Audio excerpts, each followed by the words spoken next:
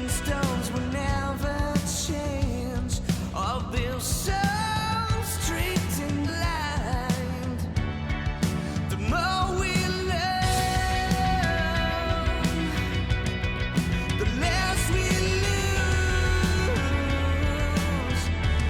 We can run to the streets, defeat the enemies, or we can drown the city with freedom voices.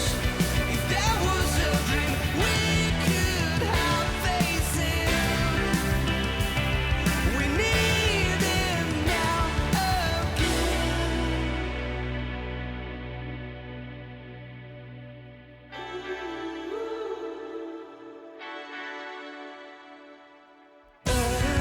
earthquake, my heart skipped a beat. Why they still bury their guilt and never feel sated? Walking off the things we once believed in. We can run to the streets, defeat the enemies, or we can drown the city with freedom voices. If there was a dream we could have facing, we need it now again.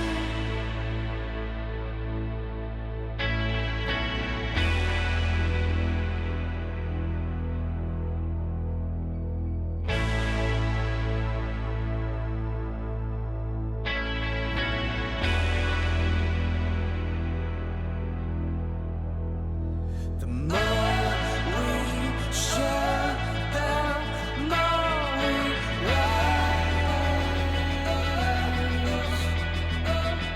The more we learn, the more we rise. We can run to the streets, defeat the enemies, or we can drown the city with freedom voices. If there was a dream we could have facing, we need it now again. We can run to the streets, defeat the enemies, or we can drown the city with freedom voices. If there was a dream we could have facing, we need it now again.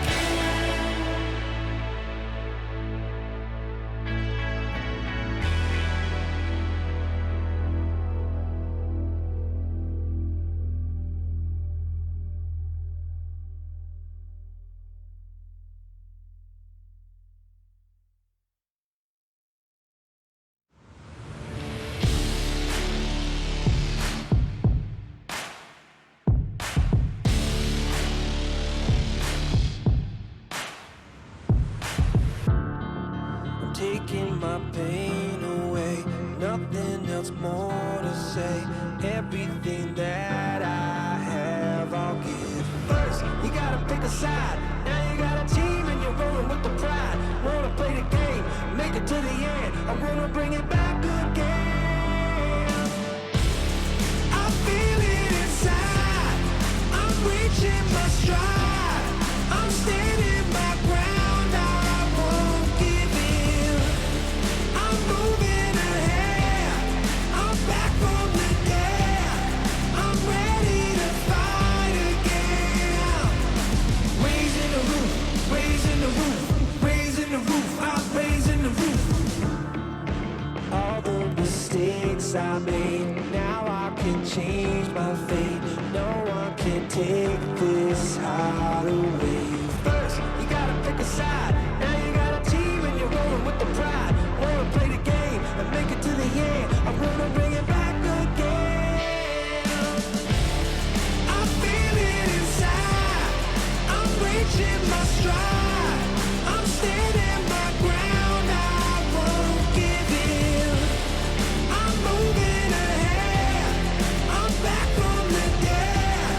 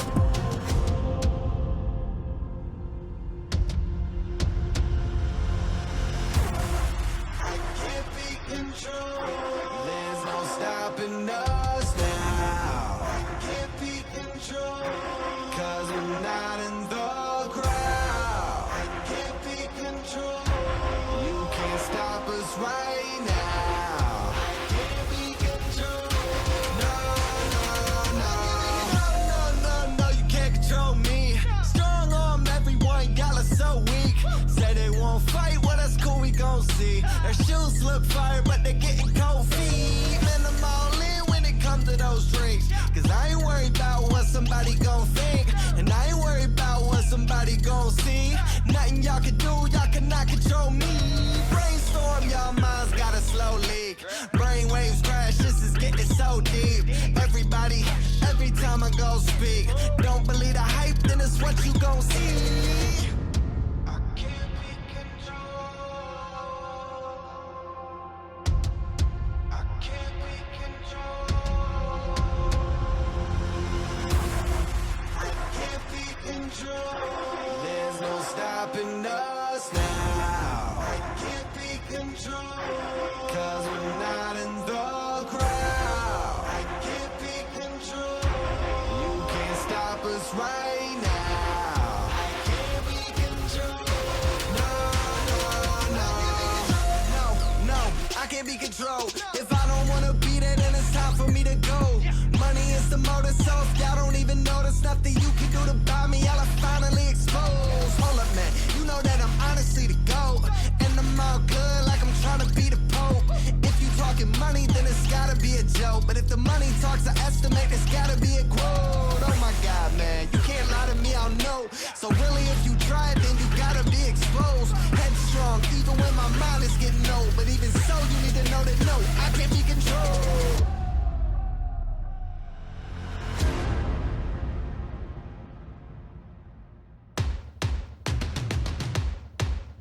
Yeah. I'm ready to play now. Put me in the game now. I came here to prove it. I'm ready to do it. I can't be afraid now. Put me on the stage now. I'm ready to rage now. I feel like an animal stuck in a cage and I'm ready to break out. My time, my time. None of you people can tell me to stop. This time, like the last time, you better get ready to race to the top. I'm ready to do this. Show you what the truth is. I step on the field. It's time to get real. I'm feeling so ruthless. My time, my time. None of you people can tell me to stop. Lower the lights down. Hand over my crown. Hand over my heart. I do this for my town. I do this for my crowd. So turn me up real loud. My time, my time. None of you people can tell me to stop. Yeah. So what are you afraid of? Those feelings are made of. Get in the game, your moment of fame. Show them what you made of. It's time that we stand up. It's time that we man up. For anyone asking who is the best, we putting our hands up. My time, my time. Nothing can keep me from reaching the top. This time, like the last time, I'm moving so fast, I'm ready to ride. I'm ready to throw down. It's time for the showdown. I'm ready to rise. Don't be surprised, I'll take on the world now. My time, my time. None of you people can tell me to stop. Lower the lights down. Hand over my crown. Hand over my heart. I do this for my town. I do this for my crowd. So turn me up real loud. My time, my time. None of you people can tell me to stop. My time, my time. None of you people can tell me to stop. My town, my crown. We know what it takes to be reaching the top. We're reaching the top. We're reaching the top. We know what it takes to be reaching the top. My time, my time. None of you people can tell me to stop. My town, my crown. We know what it takes to be reaching the top. We're reaching the top. We're reaching the top. We know what it takes to be reaching the top. Lower the lights down. Hand over my crown. Hand over my heart. I do this for my town. I do this for my crowd. So turn me up real loud. My time, my time. None of you people can tell me to stop. Turning the track up. I'll never go back down. Hand over my heart. I do this for my town. I do this for my crowd. So turn me up real loud. My time, my time. None of you people can tell me to stop.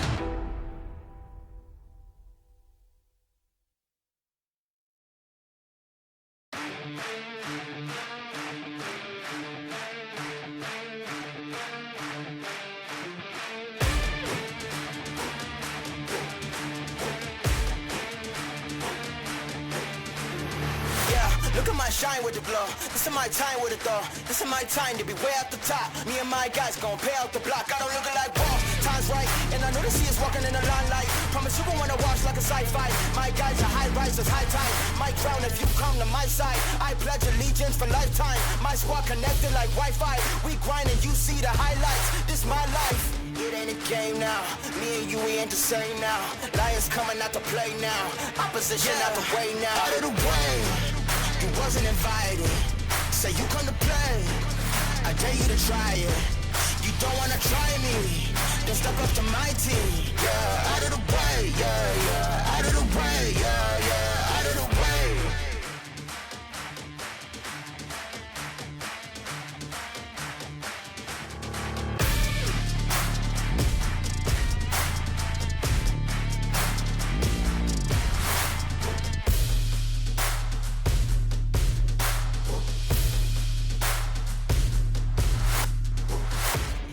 Game now, me and you, we ain't the same now. Lions coming out to play now. Opposition out the way now. Out of the way, you wasn't invited. Say you come to play, I dare you to try it. You don't wanna try me, then step up to my team. Yeah, out of the way, yeah, yeah. Out of the way, yeah, yeah. Out of the way.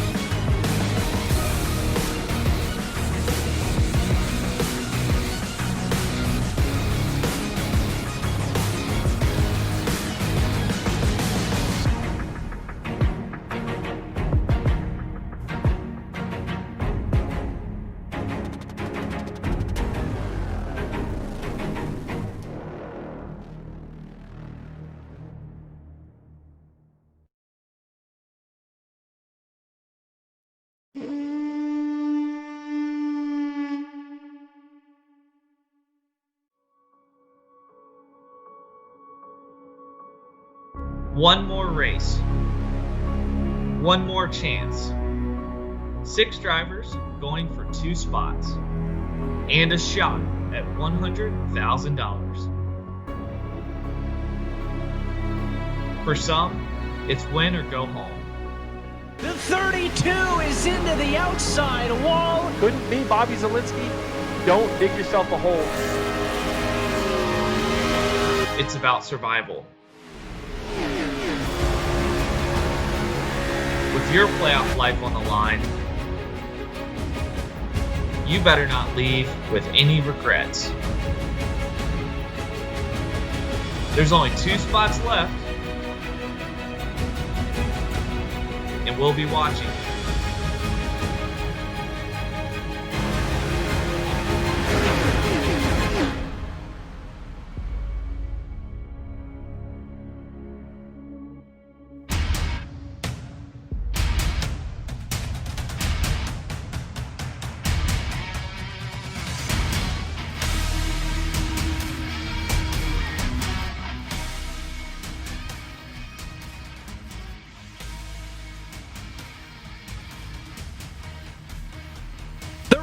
To $300,000 reaches the second to last race of the season, where tonight for the virtual Texas Motor Speedway, we say good evening, sim racing fans, and welcome to the round of 8 finale for the 2020 eNASCAR Coca-Cola iRacing Series playoffs. Always happy that you're with us here on a Tuesday evening on the iRacing Esports Network and streaming live at eNASCAR.com. Tonight, alongside myself, Evan Pasoko, happy to be joined by Tim Terry. And Tim, we already know 2 of those drivers that will fight for the title next week at Homestead. Tonight is about figuring out who's going to join them.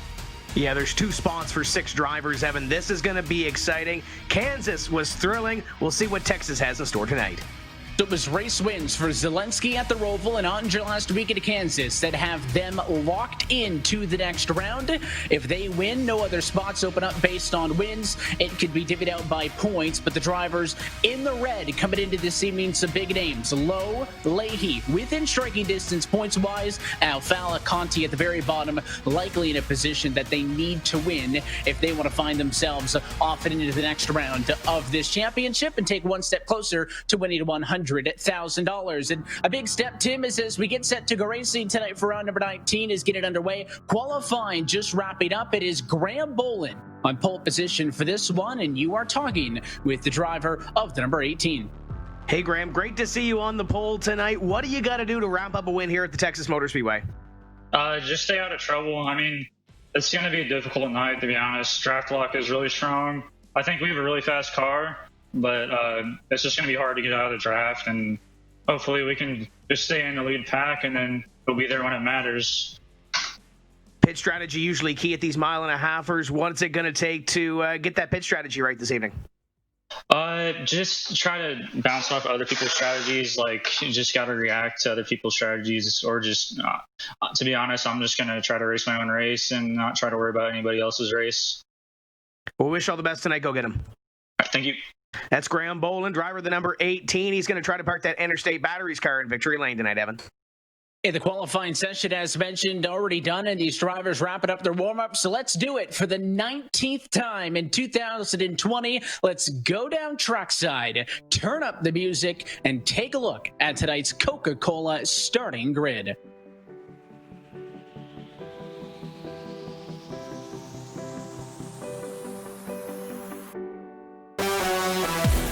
It is the second time in his career Graham Boland will bring us to the green flag. A 28-2-3-1 leads the field. Bob Bryant, Christian Challenger, Bobby Zelensky, notable drivers, and Keegan Leahy, Tim, for the inside of row 3 in a good spot looking for a win. You look at drivers here on this page, Evan, it's Ryan Luza and Michael Conti. They've got to win. They got to try to get into Homestead. Zach Novak in a big battle for relegation. He's in the mix as well. Further on down, the likes of Kerwin and race winner Nick Ottinger from last week, who doesn't care about tonight on the inside of row 8. You look through this field, there are drivers middle of the pack that have to go, including Ray Alfala, Garrett Lowe. That's a stacked row number 11. They find themselves back in the 20s, continued on through the running order. A lot of the duplicates now for the teammates. You can see Jake Nichols, Chris Overland, Bolton, and Guest, your top 30. And at the back of the field, these drivers like Logan Clavitt. He's had a couple of good races, but he's mired back in row number 16. Brian Schoenberg, John Gorlinski, Chris Shearburn, some veterans of this series near the back. All these provisionals as well. It'll put Brandon Cattell on the inside of row number 19, and Steve Sheehan all the way at the back of the field in the 47. He will start for the back of the grid in position number 38. Yes, Tim, it is our second straight week at an intermediate, but with a longer race than what we saw at Kansas. It is going to mix up kind of the game plan for tonight's race. Walk us through it with our ASUS race analysis. Yeah, when we look at this ASUS race analysis, the distance 167 laps, 251 miles. The fuel window is 58 to 62 32 laps as these cars begin to roll, Evan. But you might see some of these drivers short pit just a little bit. We'll see how this race plays out. 5 sets of tires, 1 on the car, 4 on pit road, and the pit road speed. 45 miles an hour, really key if we do get some green flag racing. These cars going to be stuck together over the course of this 250-mile race. And as always, we're going to be giving you, as you see the weather temperature first, it's going to be hot conditions, track temp 109. But it is clear conditions, folks. We are racing tonight for the Virtual Texas Motor Speedway. Wanted to add, as well as always, we're going to be taking multiple onboard looks with these drivers as the race goes on. There's your driver video wall, including all your playoff guys. We'll be checking in with them as they do battle in this Texas 250. But we've had 2 different race winners, Tim, in the opening 2 weeks of the round of 8. Do we see a third tonight? Yeah, I think we have an opportunity to see one. There's some drivers that desperate times call for desperate measures, Evan. They got to win this race, and I think we're going to see some of those drivers drive to the front and try to put their cars in victory lane and ultimately into Homestead. Pace car going to be off it in this time. Going to be a field that is paced by 3 non-playoff contenders. It is spearheaded by that number 18 Toyota Camry of Joe Gibbs Racing for Graham A. Bolin. Pace car off it in. We're happy to have you with us on a Tuesday night, as always, on the iRacing Esports Network and streaming live at eNASCAR.com. For the final time in the round of 8, we say let's go playoff racing from Texas.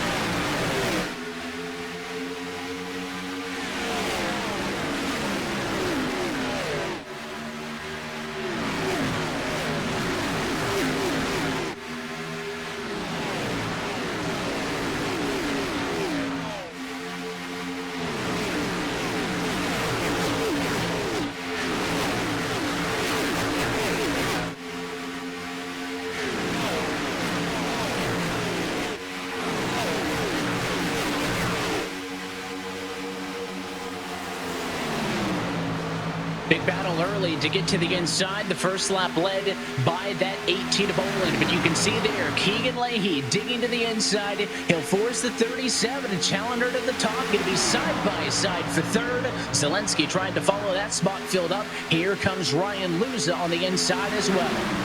Great qualifying effort for the 53 of Loses. We have a battle for the lead. Here comes Bob Bryant, the 77. Going to work to the inside early, and Bob Bryant going to go to the top of the board. And here comes Keegan Leahy. Fills that hole. Graham Bolin can't get down. We have change for second as well. At the 2 ends of this racetrack, so very different. You have to get out of the throttle in 1 and 2, but down here in 3 and 4, you're basically flat-footed for the entirety of the run. So you set it up at that end of the racetrack, you try to maintain it down at this end. Top 3 single file, but look who's digging. It's Keegan Leahy. He said earlier today on Twitter, it's either the checkered flag or the catch fence. After a disappointing end to Kansas, he knows what he needs, and he is trying to get to the outside of Bob Bryant. So while the Denny Hamlin Racing Toyota fights with the Burton Kligerman 77 on the inside, want to welcome Parker Kligerman onto tonight's coverage. And, you know, Parker, we'll chat with him in actually just a moment. Tim, obviously, he and Steve are still in Fort Worth waiting for the NASCAR Cup Series to get underway. Yeah, and his car digging for the lead right now. Bob Bryant on the inside has had a couple of rough weeks, has some great runs going, but just couldn't close the deal, Evan. But he's got Keegan Leahy, one of the best to the outside. They're side by side at a 2-0 drag race down the back straightaway. Yeah, and Leahy needs a lot more in this race, right, than the 77 of Bryant. So possibly in a position where the 32 is going to be a little bit more aggressive. Maybe he'll scare the 77 out of this, but it looks like these cars are funnied back on the inside, Tim. Yeah, Bob Bryant has done a lot in his sim racing career. He wants to add a win as the 32 goes a little bit wide down into corner number 1. The 18 of Graham Bolin fighting back on the inside. What was a battle for the lead was a battle for a second, but the run that Keegan gets out of corner number 2, going to get him back side by side with Bob Bryant. What a battle.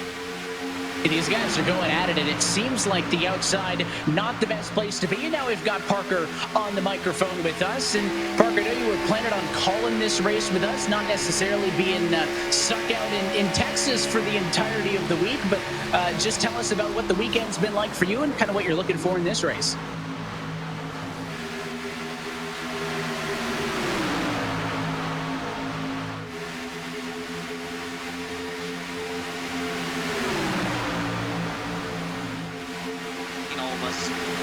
Texas and trying to get the the real racing in. But I'm loving that Xerox car up there at front. Bob Bryant's doing a great job. I know Logan had a little issue in qualifying, so he's trying to come through the field. So we've got the field sort of sandwiched in between both cars, but I think Bob's doing an awesome job there. What's going to be the key for hitting these cup cars to stay up front at Texas? I just talked about how you kind of get out of the throttle in 1 and 2. You're more so in it in 3 and 4. Again, this is kind of the first time we've seen this Texas in this series. This is a race that's been on the calendar in eNASCAR since 2010, but the new scan and the repaved Texas is not the Texas of old. Yeah, it's tough, you know, especially early on in the run. It's all about low lining and trying to block each other, and it's very much pack racing. Then it sort of, you know, tends to lend itself a little bit from short where you need to save that right front. I remember in the Pro Invitational, that was a big deal. And I think that, you know, the cars that are really fast late in a run are not always the fastest early in a run, but they're able to just sort of hang on to track position just well enough and take care of their tires doing that they, you know, have the benefit later on in the run. So that's a tricky balance you have to, you know, use, and you have to do it a lot at the mile and a half iRacing. So if Bob's able to do that, then I definitely think he can be a contender in this race, because I assume we're going to see a lot of green flag racing and a lot of green flag runs. Yeah, so far so good, uninterrupted from the start. I'll go back to you on this as you're kind of the driver, so you can give that perspective, obviously. The way we sit in this playoffs, we've been talking about it with you and Steve for the last couple of weeks, but, you know, the likes of Leahy, who's been so good this year, is it's the 77 trying to get to the inside once more and challenge him for the lead, or a Ray Alfala, or a Michael Conti. Some of those drivers who have had setbacks, they have been, I think, in the top 4 cars speed-wise in this round, but the results have not matched it. Can that get frustrating? Could that force them to overdrive to that? I mean, how do they kind of keep that under control and channel it in a good way, knowing that this is their last chance to go from below to above if they want to fight for $100,000 next Monday? I mean, that's a big deal. Right. We see it in real life, too, right? We see great teams and drivers come into the playoffs with immense speed, and, you know, they falter. Look at the 19 car. I mean, that is a car that is a top 8 car, Martin Truex Jr., in the Cup Series. You know, without a doubt. On their worst days, they're a top 8 car. And that's not enough to make it maybe the championship 4 unless they can muster something here in these last 2 races. You know, they're in a major deficit. So that's a tough place to be for drivers like Conti, you know, that's sort of on the outside looking in. I mean, he has to just go for it, right? And that means not only in the driving realm where you would take risk, or like Keegan Leahy, who's up at the front right now, but also in the strategy realm. That means, you know, if there's an opportunity to long pit and hope for a caution to get track position, you've got to do it, right? I mean, it's a $100,000 opportunity. Everyone would take that bet, right? So you've just got to take the risk. You've got to try and, you know, put yourself in the best position possible. And really, you know, what do you have to lose? That's the thing. You have very little to lose in that position, but a lot to gain. So you take all the risk possible. And I even told, you know, Logan, our driver, in terms of he's not in the playoffs, but we're trying to get the second in the team championship. And I said, hey, look, man, you're starting back. Take risk, all the risk. We got nothing to lose. So, you know, we've got everything to play for, a lot to gain. And I think that's for all these drivers that are going for this big prize. You know, they've just got to go after it and take all the risk possible in this race. Well, we just got our first caution, so we'll get to pit stops and review that incident in a moment, partner. Before we let you go, it's a hot race in the sim here in Texas. It's been cold and miserable real life in Fort Worth. What do you expect, and hopefully tomorrow for the Cup race? Well, yeah, the grip level will be at a premium. I think, you know, the PJ1 that was laid down, who knows what that's going to be like, and where it's been spread all over with the Air Titans and the jet dryers that have been run on this track for 3 consecutive days. It's going to be really cold. I mean, today the feels like temperatures in the 30s, maybe in the high 20s. Looks like it could be similar tomorrow, especially if, you know, if this race goes a little later in the day. So it is going to be one of the most treacherous conditions I think we've ever seen at this racetrack. We saw it on Sunday for the little limited run we had where drivers were all over the place. I think this could be one of the most treacherous races we've ever seen to rumble into the Championship 4. Raymond for a start at about 3 p.m. Eastern time tomorrow on NBCSN. Parker, we'll catch you then, hopefully. But thanks for hanging out with us, at least for a little bit. Stay warm. Thanks, guys. Have a good one. Looking forward to watching the rest of the race.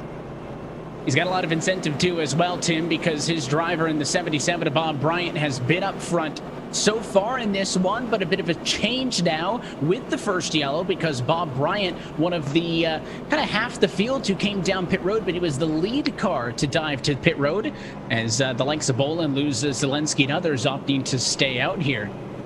Yeah, the likes of Bob Bryan and Christian Chalner, the first two down on pit road to get service to their race cars. Kind of a mixed bag. You have a few drivers coming down to the pit road to get service here as you see them race off pit road. And a few of those drivers like Graham Bolin, Ryan Luza, Bobby Zelensky among them staying out on the racetrack. 15 laps into this race, Evan. Not going to change a whole lot on the pit strategy, but for some of these drivers that might have tried a shorter pit strategy, maybe it's time to come down pit road and get tires on these things.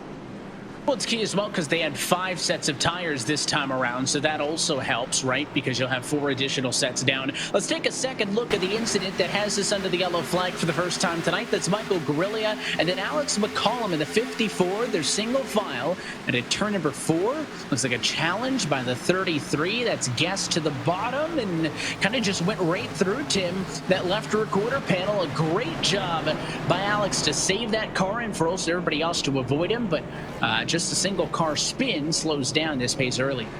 Yeah, slight little misjudgment there, but no harm, no foul. Everybody avoids the spinning 54 of McCollum, and we get the first caution flag of the evening. Did see those drivers up in front, Evan, get single file until about the battle for 3rd or 4th when Bobby Zelensky, Bob Bryan, and a few others started going at it. Keegan Leahy, Jimmy Mullis is up here. The Richmond Raceway Esports teammates going to line up on row number 3 as we get ready to go green. Lights atop the pace car have been extinguished. We're going to go green next time. Bye. And of course, I mentioned that extra set of tires, and I mentioned the difference in strategy because at Kansas, Tim, we were talking about a little bit of a shorter race, right? Just about 130 or so laps in distance, 200 miles, because all the races in this eNASCAR Coca-Cola iRacing series have that of our Cup counterparts. So a 200-mile race, I should say, at Kansas to mimic a 400-mile race there in Cup. Of course, Cup cars run 500 miles here at Texas in the fall. So that's why this one's a little bit longer, and it does affect the strategy. I don't think or actually, I think the opposite. I think we probably would have seen more cars pit if this was a shorter race like last week on this yellow, but instead, they know they have to make it last longer. We still got 150 laps to go this time by the start-finish line. Yeah, we'll get ready to go to green flag competition this time by. We'll see who starts to move and see where those guys with tires move throughout this field. Pace car going to be off and in. Graham Bolin has been in control so far. He'll bring us back to it. We encourage you to turn it up and take in the sights and sounds of the virtual Texas Motor Speedway. It's a restart. Coming to lap number 18. This is iRacing Full Throttle.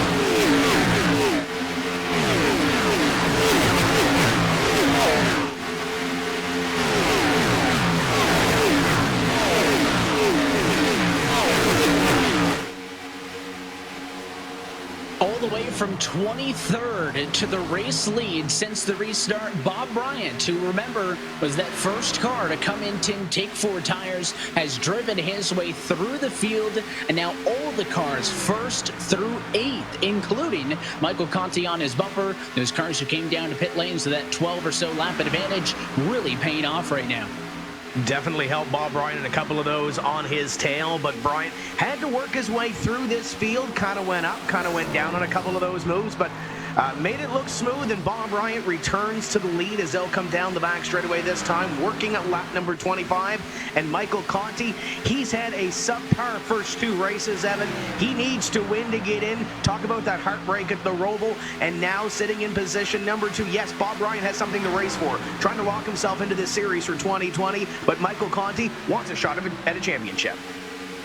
Wants to look for a possible second championship, and he right now is the highest running playoff driver by a mile. You'll notice on the top of your screen that our playoff 8 are all highlighted in that Coca-Cola red. Conti, the only driver right now, top 10. His next closest playoff rival is Ryan Luza down in 12th as we welcome in the 3rd member of our broadcast team from Pit Road. It's Justin Prince. Thank you very much, Evan. These drivers continue to work their way around, but Ryan Ruza, the back-to-back race winner here at Texas Motor Speedway. Talked with him a little bit. He feels his car is really good in terms of long run speed and hopes it stays green, essentially. As in, not a Kansas type of situation with late race runs. Feels like it's going to be tight for the draft for the first 30 to 40 laps. And as this run has gone on, has felt comfortable with this car. Compare that to Keegan Leahy, who led a few laps early. As soon as he moved up to the top, reported his car very loose, up on that grip, especially in 3 and 4, trying to carry the speed. He's been reporting that looseness for the past few laps and been asking for gaps several times throughout his moves in that 32 machine. That's what's going on throughout the field so far, Evan. Blues, as you mentioned, looking to come back from that win in 18 and 19 to get a possible 3rd in a row. We've only ever seen one other multi-time winner. It was Ray O'Falley here at Texas back in 2011 and 2012. Playoff driver Nick Ottinger, also a previous Texas winner from 2013. And there's this red highlights left-hand side of your screen to let you know where the playoff 8 are. And again, Conti's got the benefit, Tim, but because he popped the engine at the Roval, put him way behind, he really needs to get a win tonight. So I don't think P2 to Bob Bryant any help. And not only is it the red marks on the graphics, but as you take a look at the cars, all the non-playoff drivers will have those white accents. So that's the front splitter, the windshield banner, roof number, roof rails, and the spoiler. You can't miss it. When we're talking about those playoff 8, it is Coca-Cola red. That's how you can tell them apart. And there's a lot of those playoff cars bottom right quarter of your screen, where you got Keegan Leahy. It looks like Bobby Zelensky, Nick Ottinger, a handful of cars in a melee here just outside, I think, around P20. And then you got those white numbers with Dylan Duvall, Kane Cook, and Matt Busa. This is a hornet's nest around here. We got some really good cars battling for position. But, Evan, this is around 20th place or so as you look at the line points on the right-hand side of your screen. And Ottinger goes down with Colin Keister trying to block that move down into corner number 3. These guys are getting at it. It's only lap 30. And they know that they need to make work. If you're not those two that are side by side, because that could be a preview of what's coming up next week at Homestead. Zelensky, Ottinger, you see live points right-hand side of your screen. Again, both of them with that win are locked in. But even with Conti running P2, he's still currently 7th, 33 points back. Basically, Luza and Mullis, Tim, are looking really good. Unless we have one of those bottom 4 win, then it would be an incredible battle for the final spot, because the 53 and the 46 separated by just 1 point between those two. And they're right around the middle point of that pylon on the left-hand side of your screen. They're just around the top 15 positions or so. But with that early pit strategy, I'm sure that's going to change throughout the evening. So keep an eye on those points as we work forward here in No Limits, Texas, as this field goes down the backstretch with Bob Bryant continuing to lead with Michael Conti. And there's some of those drivers in behind. How about Michael Guest running in position number 3? As you look at the battle mid-pack and the battle up in front, Michael Guest, one of those drivers battling for a top 20 spot in points and looking really good right now in 3rd. He is. It's been an impressive run for the Team Dillon Esports driver, teammate to the 3 of Blake Reynolds, and he's hanging tough with some very good competition, the likes of Kerwin, Clampett, Gorlinski, and there's a lot of drivers who really took advantage of that tire strategy by coming and pitting early that have worked their way to the front of the field. Watching that battle for the lead up top, Conti's been kind of plastered on the back of the 77, but hasn't threatened to make a move yet. The battle for P20 underneath, kind of the most exciting battle on track right now, and don't say that Nick Ottinger's not fighting for anything, Tim, as Kane Cook is crossing up Matt Busa in front of him. I saw Ottinger throwing blocks to the inside fence on that first run of the race, so he got that free spirit. He can do whatever he wants tonight, and he would love to steal a win away from somebody else who kind of wants that win to get in, make a statement headed into the finale as we go on board with your defending champ, Zach Novak, the number 90 machine. He rides right now, Tim, P23. Yeah, right on the back bumper of Dylan Duval. He's got Nick Ottinger to the outside as they continue to work around here. That's around the 20th place position as they dive it down into the corner. Dylan Duval trying to get a top 20 position in points. Zach Novak trying to do the same. 2 drivers on the same agenda. Nick Ottinger just trying to win, trying to ride his way out as they run down the back. And we mentioned it off at the top, but there is a battle within the battle. Not only are we fighting for the championship, but half of the field fighting for their lives. And P20 is the bubble to avoid relegation. Basically, if you finish top 20, you are locked into this series for 2021. 21st of the back gets sent to the qualifier series. And you can see with the live points, Novak -9. So is that number 6 car, just tied with him, Nathan Lyon, further up the road. And the current last driver in, that number 37 car, who is having a very good run tonight in Christian Challeter. If you're not plus 45 or minus 45, Tim, your fate will not be known until next week at Homestead. So for a lot of these drivers, not that it's for that $100,000 prize, but a lot on the line here. And those guys are kind of clumped together right now around the 10th place position all the way back to about 20th. You saw Nathan Lyon, Christian Challeter sitting in position number 9, Dylan Duval sitting in 21st, Zach Novak right around there as well. So they're kind of hovering right now around that 20th place position. A couple of drivers running a little bit better. Great run for Casey Kerwin early in this race. The 23 car sits in position number 5. You see him there following along with Logan Clampett. The battle for the race lead works on, working lap number 38, now 39 nearly of 167, Justin. And these drivers are feeling very pumped up, to say the very least, at the moment. Take a listen to this audio. This is from Mike Conti and company. Like playing a video game with the AI on 0. Yeah, this is like insane. This is fun. I like this. And right now, these drivers, especially for Mike Conti, currently working already towards halfway for the final Houston, around the late 110s at the moment. So big picture being thought of by these drivers already with this strategy call early on. Yeah, because Tim, I think, if this race goes green, we talked about those lead cars staying out, and again, 1st through 11th were the drivers who pitted, as we're nearly 3-1 on the backstretch now. I just mentioned Blake Reynolds, he's in the mix as well, as Novak is side by side with Malik Ray. But they came down early enough where that difference gave them a tire advantage. But if this stays green, I don't think it hurts them or helps them on strategy. I think everybody's still on the same amount of stops to the end. So this race going green would be the best case scenario, I think, for the cars that pitted. From scanning the radios here the last couple of weeks, Evan, we already knew coming in Brandon Hastings, one of the sharpest crew chiefs in the business when it comes to this eNASCAR Coca-Cola iRacing series, but they are always evolving, always changing their strategies, much like we see in the Cup Series on Sundays. They are always changing that strategy to see where those other teams are, see where they are on their run, make those changes, and get themselves towards the front of the field. So Michael Conti, if they seem confident now, that's huge, and that might be bad news to the rest of the field. Here comes Garrett Lowe, Ottinger up the hill a little bit, the 21 car. He's in one of those win-and-you're-in situations you see on the side of your screen. He's 23 points back. He's got to start moving. Looks like all of them are as the points run right now, and another bit of 3 wide. Here comes the 75 at Diaz. Hill sliced by Guerrilla.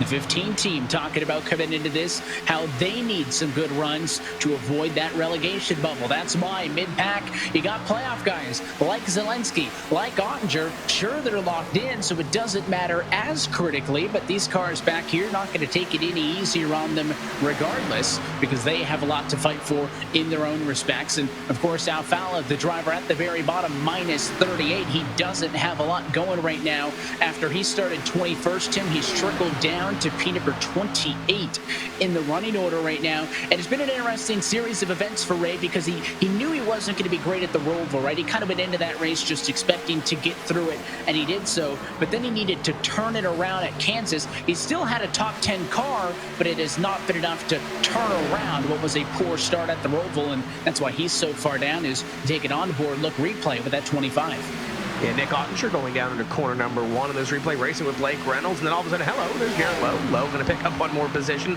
and move on in that Wood Brothers number 21. Bobby Zielinski going to get by as well. The cool thing about Ray Alfala, you look at his stats, he's good on these mile-and-a-half racetracks. Won at Atlanta back earlier in this season, so you would think the stats, you mentioned a repeat winner here at Texas, you would think Ray Alfala would be at the top of the board to try to win, and you're in, but he's got a little ways to go. Let's ride on board with Nick Ottinger down the back straightaway as you see his focus.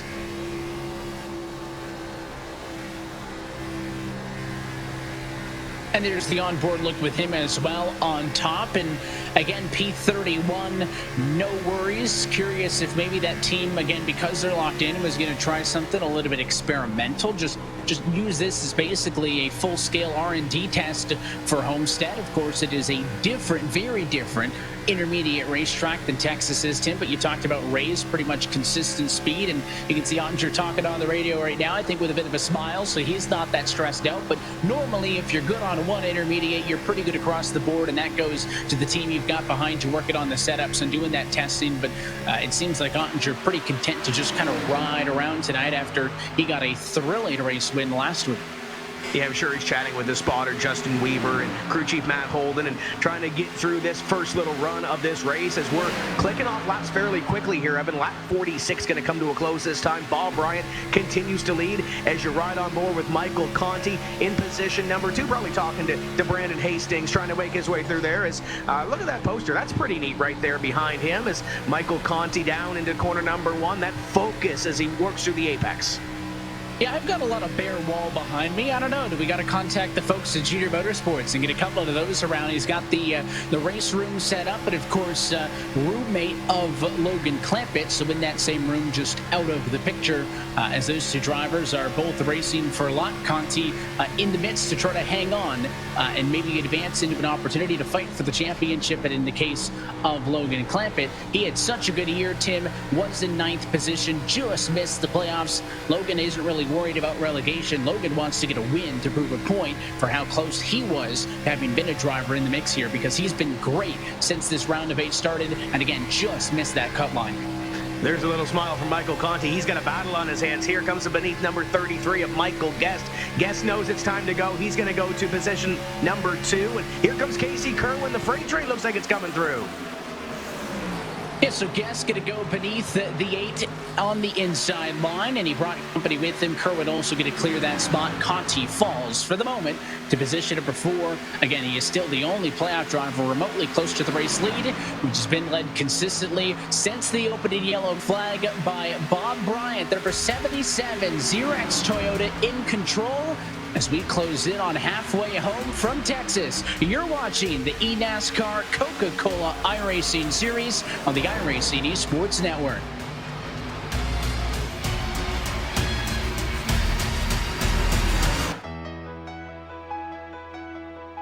For those living together and those living apart. For classmates, graduates, and teachers making the best of it. For the restaurants delivering to our doorsteps. For the frontline workers putting it on the line every single day. For this great nation determined to be stronger on the other side. Thanks to all of you, we'll be together again.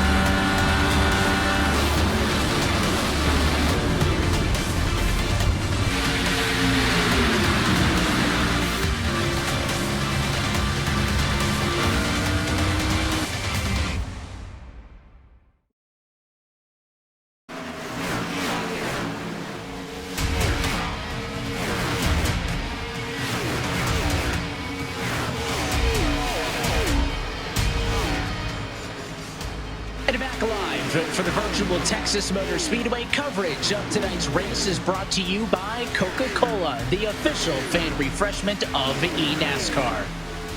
And by Asus, the official gaming hardware partner of the 2020 eNASCAR Coca-Cola iRacing Series.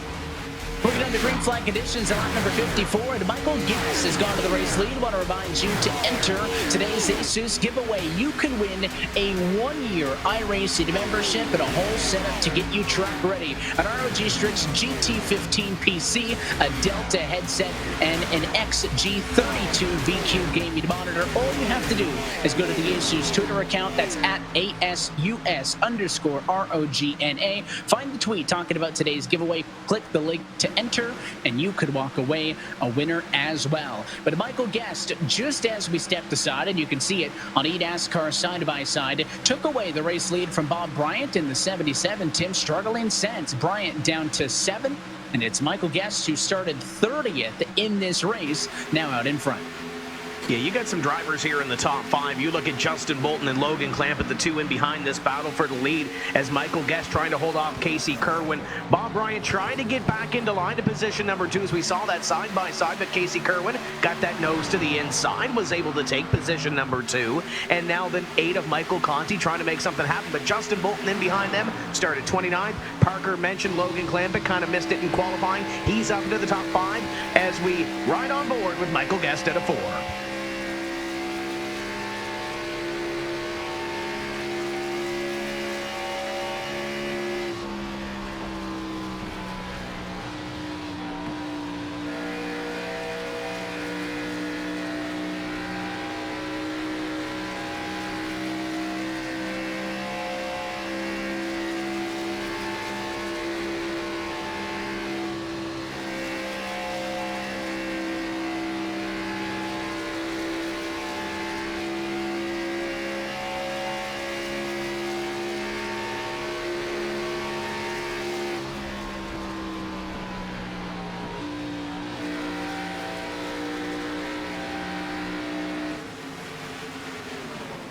And pit stops underway. Keegan Leahy led them down at the completion of lap number 56. He had to give away P19 to come in as we go side by side for the race lead, and it is Kerwin who got underneath Michael Guest, the 33. No hopes of putting a block on him there, and it'll be Kerwin to the race lead at lap 59. So these drivers, Tim, indicating it looks like they're going to go for a 2-stop, a 3-stint race. Remember, these cars up front, though, have an extra 15 laps or so they don't need to come in quite yet, as you see the 3 car, the 21, and more are also now down.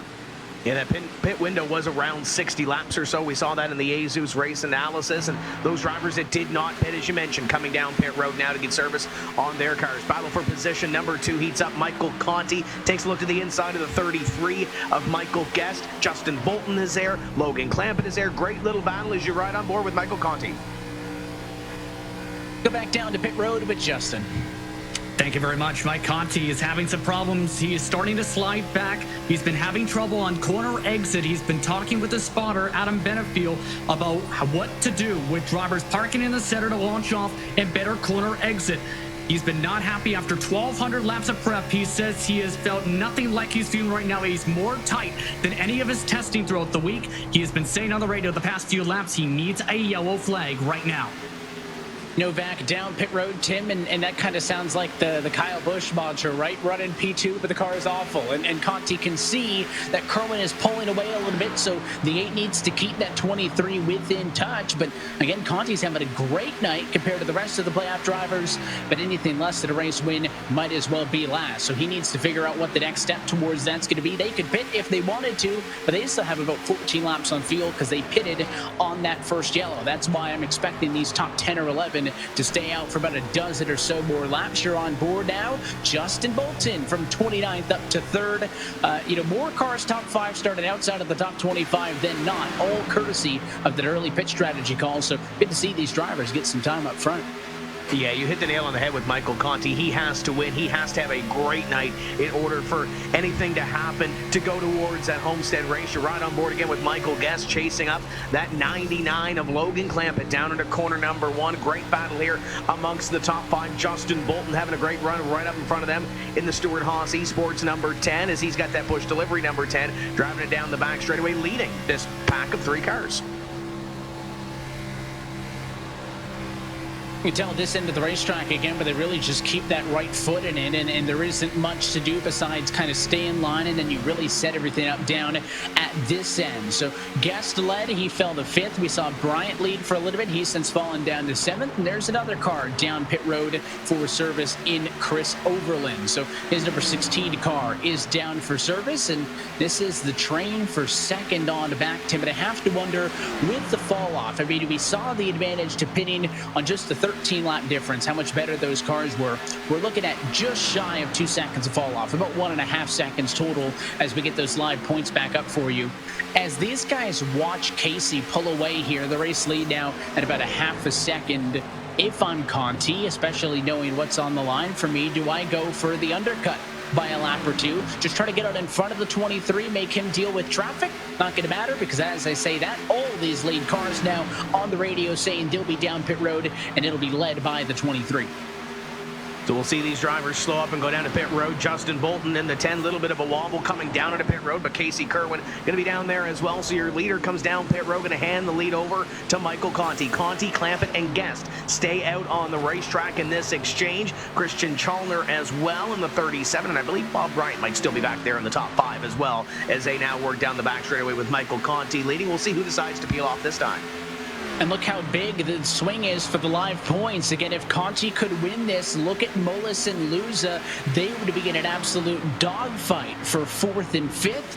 But again, once the 8 car does come down pit road, he'll drop back down below that yellow line, and those 2 cars are going to end up well ahead of Alfala, who actually now the highest of those bottom cars after being scored 8th in the points coming into this race. So you see the 37 of Challenger down pit road. There's Eric J. Smith just behind Tim. I see Gorilla. We talked about Guest. Schoenberg is down as well. Some drivers like Tires for some extended service down in the pit lane as well, as maybe they try to get some damage fixed. But Tim, I thought the 8 was going to go shorter. Conti, in fact, doing the opposite as Davies and the 77 of Bryant come down pit road together. He's opting to stay out longer and not on his own. Clampett staying with him in the 99 as you're on board with him.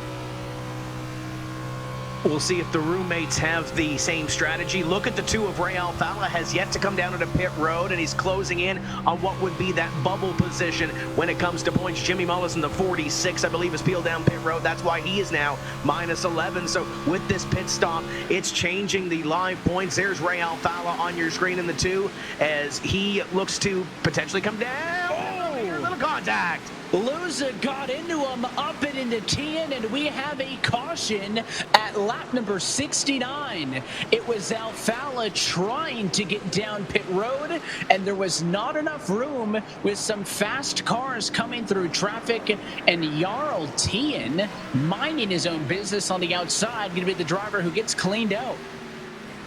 A caution in the middle of green flag pit stops. That is going to change the complexity of the middle stage of this race at least. And I'm sure Michael Conti is breathing maybe a little bit of a sigh of relief as you see Jarl Tien's car limping around this racetrack. Going to need a little bit of love from its crew when it comes down on pit road. Replay coming up here.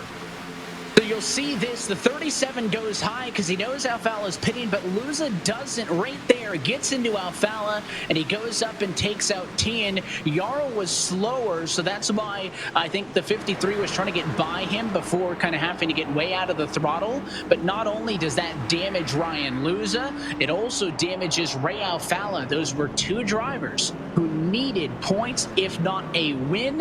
And Tim, you talked about the yellow being in the middle of a cycle of pit stops. There are only, I think, 4 cars right now scored on the lead lap. They'll go for the wave by as those leaders come down pit road, and this may be working out great for that 8 team, Michael Conti.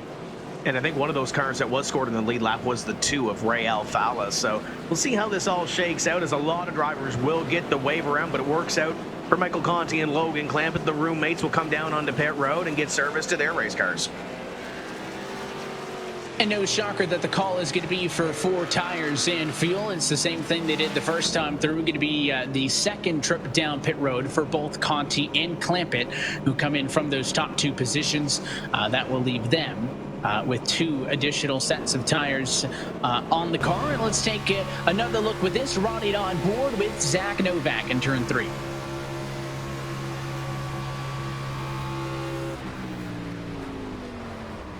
Yeah, look at it right there. Just barely gets a little bit of damage coming out of turn number 4.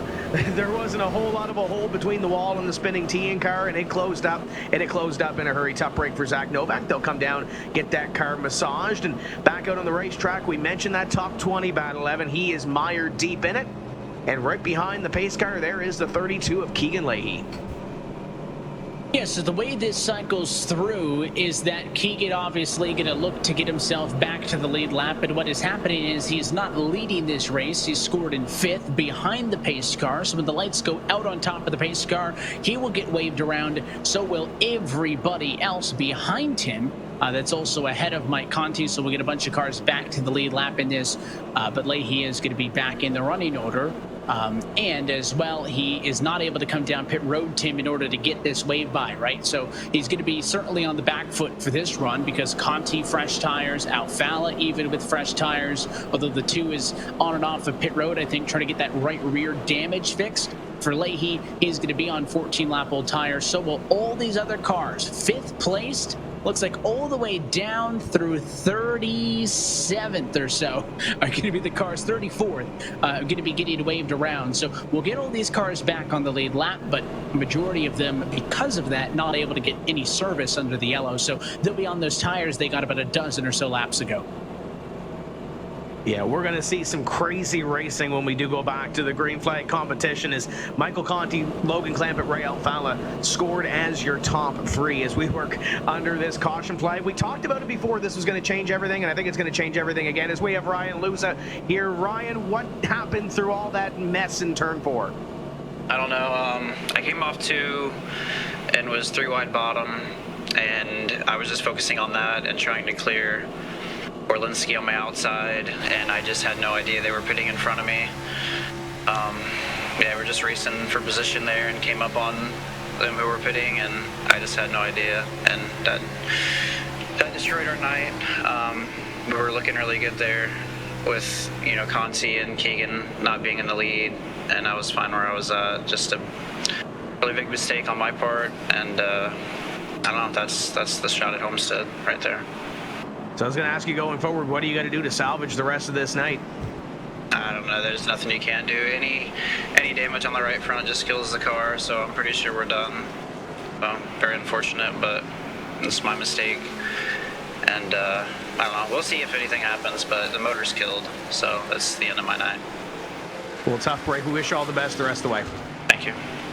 There you go, Evan. That's Ryan Luza as the field, or most of the field, is going to get the wave around here. And they got to hurry to all catch up in time, and what a disappointing end it seems like for Ryan Luza, who went on that tear earlier this year, Tim. 2020 marking his 4th consecutive season with at least 3 wins. He's done that in each year of competition. He sits 3rd on the all-time wins list, and he will not have an opportunity to fight for a championship and back up that 2017 title, because you hear it from him, he feels like his night pretty much done. We'll see if that is to be the case, because remember, coming into this race, Luza was above the cut line by 8 points over Garrett Lowe. So with Luza damaged, opens up the door for maybe somebody to have an opportunity on points who without that incident wouldn't have otherwise done so. And you can see the majority of the field is single file because they do not double up the cars who take the wave by. So the base car going to dive down with only side by side on the front row and Michael Conti in the race lead.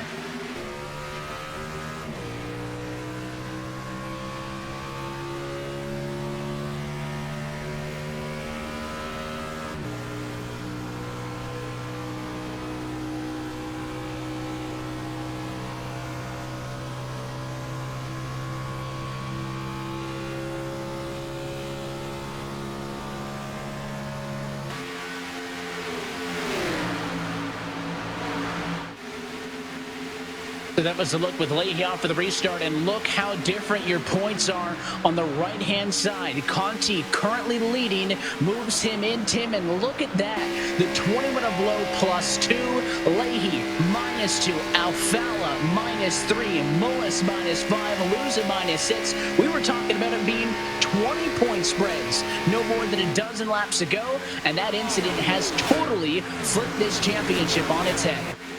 And as they continue to battle, one spot or the other is going to change that. We had a tie a couple of moments ago in between Keegan Leahy and Garrett Lowe. We talked to Ryan Luza underneath that caution flag, and he's only 6-7 points back, so it could very well go his way if something goes sideways in front of the field. We've still got plenty of laps to run here. Just under 100 laps to go in Texas as Ray Alfala, Colin Keister go at it. And Ray right now running in the number 2 machine in 4th position. Keister going to get the upper hand, and Ray with the one hand on the steering wheel on the front straightaway, talking on the radio. That's 2 words, not one. As he gets in line here and is going to try to keep those top 3 in sight because they really want to break away. And I mean, you talk about the gifts for Mike Conti, Tim. We heard from Justin before that yellow that he wasn't really happy with the car, talking about maybe he was going to have to go for an undercut to go for the lead to keep Kerwin within touch, and he gets the yellow while he's leading. He now finds himself on the defensive. It's not going to be easy to hold off Clampett. You see the 25 in the mix as well. Ottinger is a lapped car, so that is not for position. Keister right ahead of Ray Alfala there in the onboard look is actually 3rd on track, even though he's 4th in line. But I mean, they're not going to make it easy on the 8 car, but Conti certainly has a really, really good opportunity in front of him right now. Yeah, he's got some comfort behind him in a couple of those race cars where Nick Ottinger is a lap down. Logan Clampett, his roommate's running in position number 2. And Colin Keister, what a run with the shakeup. Colin Keister looks to the inside as you're right on board with Zach Novak sitting in the middle of the field. He's going to salvage what he can because he's looking for a top 20 spot in the points after these 2 races shake out. Yeah, and not a good position because he came into tonight as that driver on the bubble after Kansas. Scored 20th, and he was only 4 points ahead of Matt Busa. Busa in 16th. Novak, you can see, currently in 29th position. That not boded well for his hopes to just stay in this series, let alone, of course, fight for something worthwhile. And there's the green room with Eric J. Smith and on board with his Jim Beaver Esports Big Green Egg. Ford on the bottom side, working hard in position 20. Tim, we talked earlier when that strategy first happened, and we had a couple of guys from the 20s and 30s in queue up front. Eric J. Smith, somebody else who has come so close to race wins this year and just has not had the cards fall in his favor. Somebody who has been working real hard to find victory lane. And he's having to dance back there in the middle of the pack. He saw John Gorlinski and Jimmy Mullis go to the inside, and almost a block being thrown. Eric Smith's going to pick up a spot and maybe go 3 wide to the inside. Sure, why not? Blake Reynolds, John Gorlinski to the outside. Eric Smith is making moves. He committed to that inside before the spot was even there. I think you saw Reynolds moving up, committed, and it opened up just in time. And now on board with Chris Shearburn, who runs in position number 29, the driver of the number 36 car. You can see he as well. A lot of those fine movements on the wheel, kind of going back and forth as he goes to the inside of Novak. I think that left front damage is really hindering that Sunoco Toyota. And right around where Chris is running right now, some single file racing in front of him. You see that focus. There's not really a whole lot of change of facial expression right now as he dives it down into corner number 3. So even though it's 27, still status quo back there for Sherburne. Still lots of laps to run. Doing what he can to just weather the storm. There is Bobby Zelensky, the multi-time race winner from this season. And Tim, interested, we checked in with this when we were at the Roval, the fact that he had an open wheel on his setup as opposed to the stock car one, and of course went to victory lane there at the Roval for his 4th win of the season. But looks like he's using that Formula wheel here tonight on the oval as well, which is very interesting. You know, he's got nothing to lose here in this race. Maybe you want to try something different. Maybe you want to try a little R&D, and that's exactly, by the looks of it, of what Bobby Zalenski is doing as he's running around with Chris Shearburn back there around the 25th, 26th place position. And here's Bob Bryant, currently in position number 5. Bob has John Prather and the likes in his ear trying to walk him through this race, but he's got a long way to go up there. Looks like the top 4 have kind of separated themselves from Bob Bryant, Brad Davies, and the rest, and just riding along right now in that Burton Kliger Mini Sports number 77. Yeah, I feel like that's probably part of the discussion on the radio right now. You can see he's looking up the road where those top 4 have pulled away. He sits 5th, and that is about a 2.8 second deficit to that top 4 breakaway. So he obviously doesn't want to let those cars get too far away. And take another on-board look here as we continue to go through the field now, just passing the halfway point in this Texas 250. Talking about the different setups. You saw Zalenski with the open wheel, kind of that more normal stock car wheel on board. The setup there is a lot of radio chatter for Bob Bryant running in 5th. He's got Davies on the bumper, and here's a guy who's feeling real good. We mentioned that if there were to be 3 different playoff winners, that it would guarantee at least one driver a spot into Homestead on points, Tim. And right now, that one driver is Mullis, plus 12 over Ray Alfalla, as Mullis runs 16th on the racetrack. I'm sure he wouldn't have thought that would have been good enough coming into this race. There's the onboard look with him up top, but right now, it's doing the job. Still a long way to go in this race, though, with the Coca-Cola Energy number 46 as he runs down the back straightaway. Got the Bubba Pollard shirt on tonight, rocking the Short Track Nation and Richmond Raceway Esports down into corner number 3. And currently 16th, 12 points up, as you can see on your live points. Doing what he has to do, Evan, to lock himself into Homestead. Has had a couple of good rounds. Not that win that he was expecting, but doing what he has to do to make sure he races for a championship and $100,000 next week. Been kind of a remarkable second half of 2020 for Jimmy. Came from 14th or so in the points, kind of towards that halfway point. Went on an absolute tear. Of course, it included a race win at New Hampshire that kind of spearheaded that charge, and a second race win at Las Vegas, and the second last race of the regular season got the job done. He's looking to fight for $100,000, and as well, give an opportunity for Richmond Raceway Esports to get into that championship victory lane. We're back on board with your race leader, Michael Conti. You can see the trail off of the back. I count 5 cars. Remember, though, it is only a breakaway of the top 4, and that is because Nick Ottinger and Santiago Tires are lapped cars, not necessarily in this battle, JP. And we talked a little bit about that caution flag before. There was a ton of excitement, especially from Logan Clampett, who gained a ton of track position from that. Take a listen. Oh my God! Yeah! Yes, baby! Yes! Let's fucking go, Mike! Yes! Keep going. Yeah, keep going. Full throttle. So you can lap as many people as possible. Did I mention their lap to come into pit was that exact lap that the caution flag came out? Talk about perfect timing. They're very calm on the radio now, especially for Mike Conti as well, who's up at the front of the field. Pit window expected to be around still the mid-teens, similar to what we talked about earlier. And I just caught myself, Tim, because the age-old saying is sometimes it's better to be lucky than good, but it was both for those cars. Not only did they just get the good timing on when that yellow happened, but remember, if they did not pit on that first yellow, they would not have been able to make it out that long, right? They would have already have pitted. So that decision to pit early, coupled with maybe a lucky decision to pit when they were planning to the second time, is why they were in prime position to take advantage of that second yellow flag. Luck is when preparation meets opportunity, right? And I think that's what happened right there for those drivers. But Michael Conti and Logan Clampett a part of this battle up in front, along with Ray Alfalla and Colin Keister. We talked about Colin having a great run, but how about the 2-car of Ray Alfalla still up here? You get Michael Conti, Ray Alfalla coming into this race, Evan. Both of them had to win to get into the Homestead Miami Speedway final round. Ray Alfala currently 12 points back as you look back at what is pretty much the second pack here. You got Justin Bolton, you got Casey Kerwin, who had a really good long run car leading up to that caution flag in that sequence of pit stops. You got Brad Davies and Bob Bryant. You got some drivers here that are looking to pick up some extra points heading into Homestead, but I think if this continues the way it is, you got Michael Conti, Ray Alfala up there, both had to win. Could it get a little bit messy when we come down towards that checkered flag?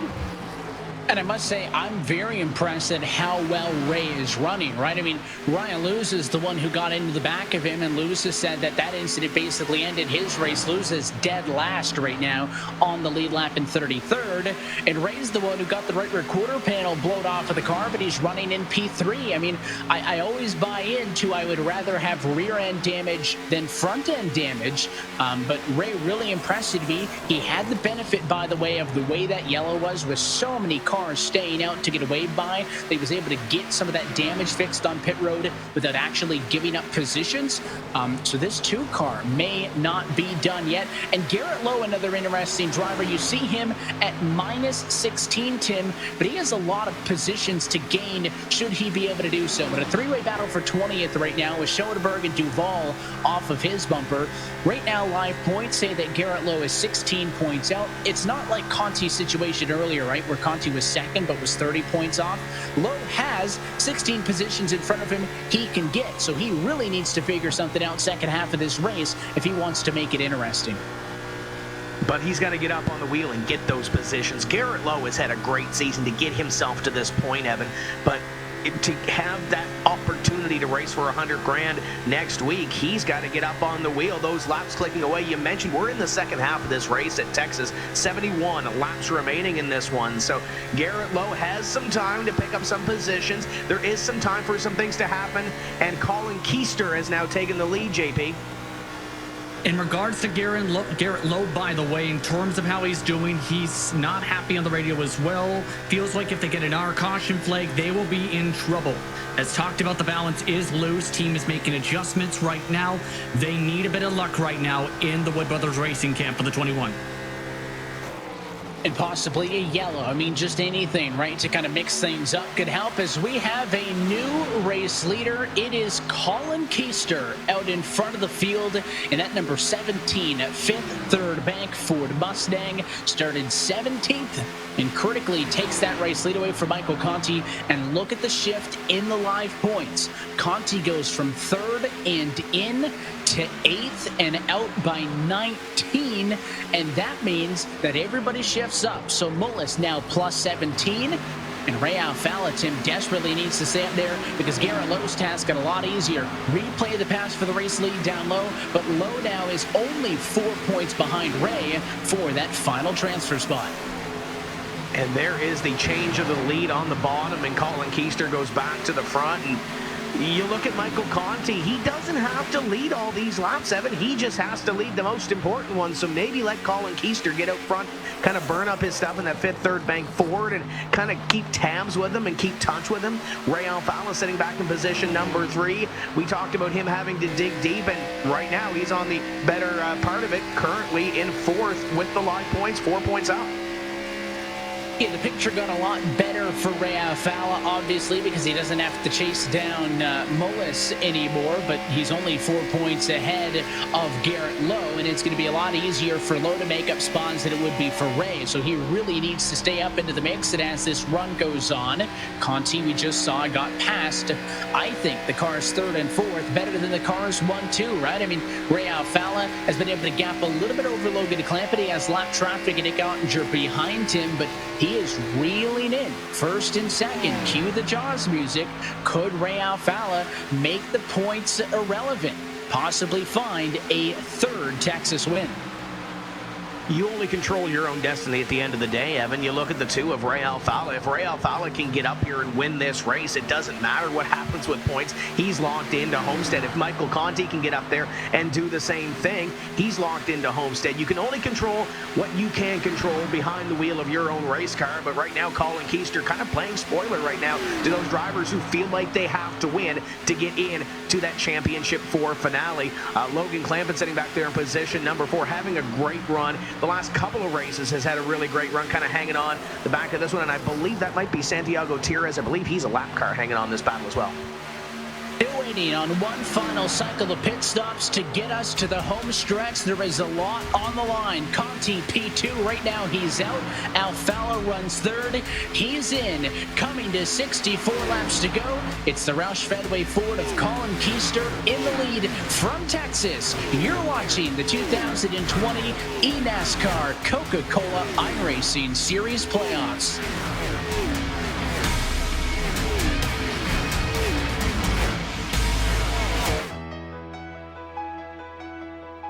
For those living together and those living apart. For classmates, graduates, and teachers making the best of it. For the restaurants delivering to our doorsteps. For the frontline workers putting it on the line every single day. For this great nation determined to be stronger on the other side. Thanks to all of you, we'll be together again.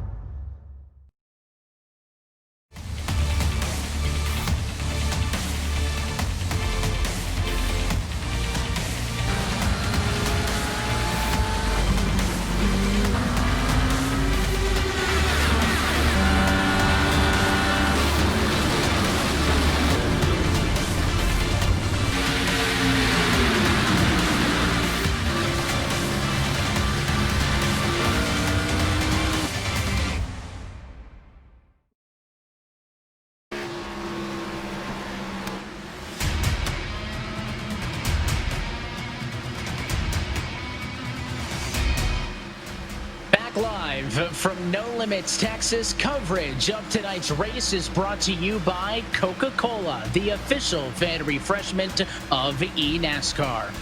And by Asus, the official gaming hardware partner of the eNASCAR Coca-Cola iRacing Series. I want to remind you one final time to enter tonight's Asus giveaway. You could win basically everything you need to get started basically in sim racing. Get a 1-year iRacing membership, an ROG Strix GT15 PC that'll come with a 32-inch VQ monitor and an ROG Delta headset. Basically all you need at least to get started up and running. Go to the Asus Twitter account at Asus_ROGNA. Click the link for more details. What a wild middle portion of this Texas 250 as we welcome you back into the iRacing Esports Network booth. Evan Pasoko alongside Tim Terry with Justin Prince on pit road. Watching the battle for 5th, the top 4 have broken away and peeled out. So Kerwin, Bolton, Davies, Bryant in one of the best battles on track, Tim. But we are about maybe 10, if even less laps away from a final trip down to pit road that could determine who will fight for that $100,000 purse for the championship next week from the homestead of Miami Speedway. Keister still leads, Conti second, Alfala third. You see those top 3 at the very top of your screen and the live points on the right-hand side. With no playoff driver currently leading, it would be Mullis in, Alfala in, but notice that's shrunken a little bit. Alfala now only +3, and that's because Garrett Lowe made a pass for 19th. He is looking to pass Malik Ray right now for 18th, so that 21 machine is coming. And if he can pull that off, that would pull him 1 point closer. But if Ray Alfala can pass Michael Conti, that would put 1 more point up in Ray Alfala's favor as they battle it out for what is position at number 2. Is Michael Conti holding on? Ray Alfala trying to find a run out of that second corner. Can't do so. Trying to find something to work in that VRS number 2 down the back straightaway. But Ray Alfala beginning to pour the pressure on Michael Conti, trying to put 1 more point between himself and Garrett Lowe. And, you know, maybe get a little bit closer to Jimmy Mullis in case something does happen to that 46. Did you hit the nail on the head, Evan? We saw in the Asus race analysis that the pit window around 58 to 62, at least on fuel. So if these drivers come down in the next 10 laps or so, they can definitely make it the rest of the way if this thing goes green. And there's those 2 battles on your screen that ultimately could be the bubble between going to Homestead and watching those other drivers go for 100K. And very different battles, right? I mean, Michael Conti, I think, going to do everything in his power to keep Ray Alfala behind him because Conti needs a win. Where the 21 is right now looking to the inside of Malik Ray. He's racing around a bunch of non-playoff cars. How much is in it for them? And he's going to go for the short pit. He'll go to the inside and make a pass on Blake Reynolds down pit road. A bold move by Garrett Lowe to try to get some quick spots, and you can see Keegan Leahy as well, Tim, who has not had a good race, down as well. Got to try to do something, maybe a little bit of an undercut to try to gain some ground and gain some points. And we're going to see those points fluctuate here as the window for pit road has been opened. The 21 of Garrett Lowe going to fall a little bit. The 2 of Ray Alfala still maintaining position number 3 as he battles with Michael Conti and Colin Keister for that top spot. But we saw everything change as Eric Smith coming down on pit road in the big green egg Ford. There's the 16 of Chris Overland coming down as well. We saw everything change. We had a caution in the last round of green flag pit stops. We'll see what happens here as we come down to closer to 50 to go. I wonder if that scares some of these top cars into not coming down pit road, because in theory, pitting at least in the earlier half, I think, of the cycle tends to be the best as long as you have a good car in the long run to get that track position early. But the only reason Michael Conti is in a great spot, Alfala as well, is because of the timing of that yellow. If they had pitted, they would have been back in traffic. You know, Conti started 12th, Alfala started 21st, Clampett behind them started 31st in this race. They'll benefited by staying out longer. Do you kind of talk yourself into that, knowing that it could happen again? Or do you decide to come in maybe a little bit more on schedule? They've been out there for about 50 laps on the tires, have about 52 laps to go. So we're kind of right at that intersection between when it would split it, the run into the end of the race in half here. And in theory, the ideal point to come down pit road is you go on board with the 2. I think you kind of have to stay the course here, Evan. When you look at these drivers, you have to put that behind you. What happened on that first run? Put it behind you. If you're Michael Conti, if you're Ray Alfala, you're trying to win this race to put yourself in a spot to win $100K next week. You see the 36 of Chris Shearburn on your screen. I believe Chris is coming down to pit road in the main and tail, the Tart Esports number 36, and he'll woe it back down to pit road. But I think you have to stay the course. I think you have to stay on your strategy to try to put yourself in a position to get those couple of positions, get those points, and potentially go to victory lane if you're these guys up in front. Great run this evening by Colin Keister. Here comes Ray Alfala. So Alfala gonna pit, working lap number 117, and of course with Conti staying out, that should benefit the 2 on the short run. Keister's gonna respond. He just said over the radio, coming down pit road this time, so expect that virtual Roush Fenway Ford to be in this time. Does the Junior Motorsports Chevrolet behind follow? Haven't heard anything off of the radio for Mike Conti, no. He stays out, the 17 sideways on the pit road. Colin Keister getting everything out of it and then some on his pit entry, and it'll hand the race lead back to Mike Conti.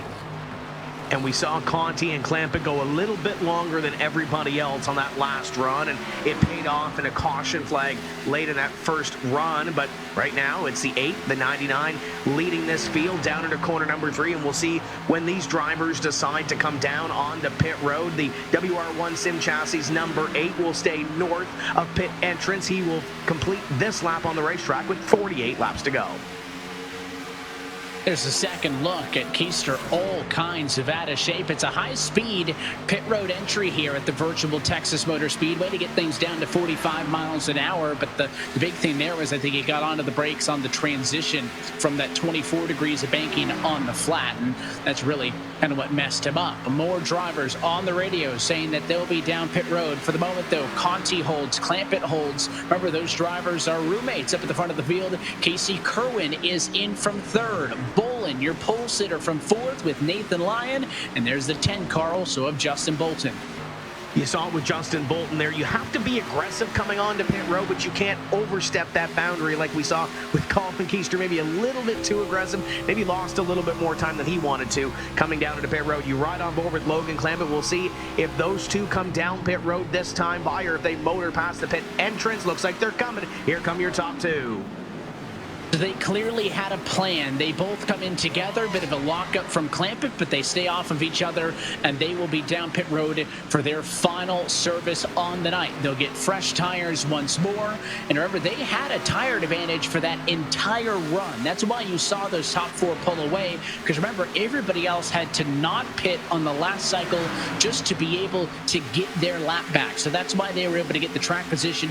They would ideally want this one to stay green to cycle through. And speaking about cycling through, it's the Rowdy Energy Toyota of Joe Gibbs Racing for Malik Ray, who goes to the top of the board right now. He'll get a bonus point for some laps led. And we kind of saw this throughout the first run as you ride on board with Malik Ray. He's got some traffic in behind him that they've already come down pit road. There's the 16 of Oberlin blowing by on the outside as the driver from Greer, South Carolina goes down the back straightaway. You got the two former leaders coming on the racetrack in Clampett and Conti. Dylan Duval just went by, but Malik Ray up in front as he works down into corner number 3. Well, these are the moments, right? Faster cars on slower cars that led to the early yellow, and it sounds like maybe Malik Ray, Tim, wanted to pit that time, maybe wanting to pit for the last couple of laps, but because he's slower, when those fast cars go to the bottom, it takes that option away from him. So now that he's clear to the inside, he should be able to get down to pit road this time if that is the case. The 15 of Guerrilla. Does Guerrilla go to the inside and try to get to the bottom side of the Rowdy Energy number 51, or does Malik be able to come down to pit road this time by come up and at a 4, and it looks like he's going to stay on the racetrack? Maybe lock it in, and he's talking right now, by the way, with all those drivers. Everybody in the field has an open radio channel, so normally when we check in with them on the onboards, you see the talking, that's to their crew as that 6 car just blows by. That's Nathan Lyon in the guaranteed rate Ford, but they do have an open radio, and right there, Guerrilla just tried to pass him. Malik Ray shouted on the radio, no, I'm trying to pit. The 15 heard that. They'll see Guerrilla pass somebody outside, and Malik Ray pitting right now. Slides that thing and maybe a little too much down onto pit road as he gets it woed down, but a close call there for the 51 of Malik Ray. Your leader will now be John Gorlinski. The 2 of Ray Alfala will be the net leader by the looks of it. He got ahead of Colin Keister, but there's still about 4 or 5 cars yet to come down, Santiago Tires being one of them, so Ray will pass up that number 4. But John Gorlinski in the William Byron Esports number 97, currently your leader, but has yet to pit.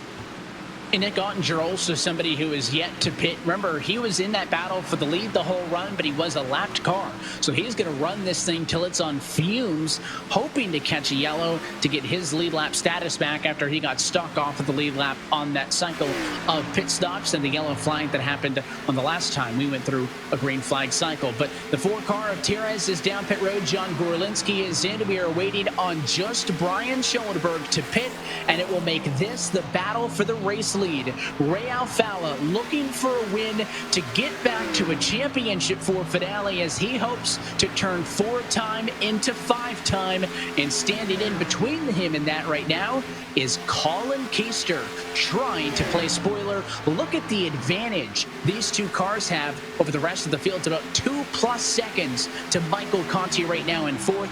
We'll see if the number 8 machine can make it up, but as the live points show, Conti really needs to get back up and into the mix because running around behind these guys will not help. And yes, Alfala is currently a -6, but once Schoenberg pits, he'll go up to 3rd with a race win.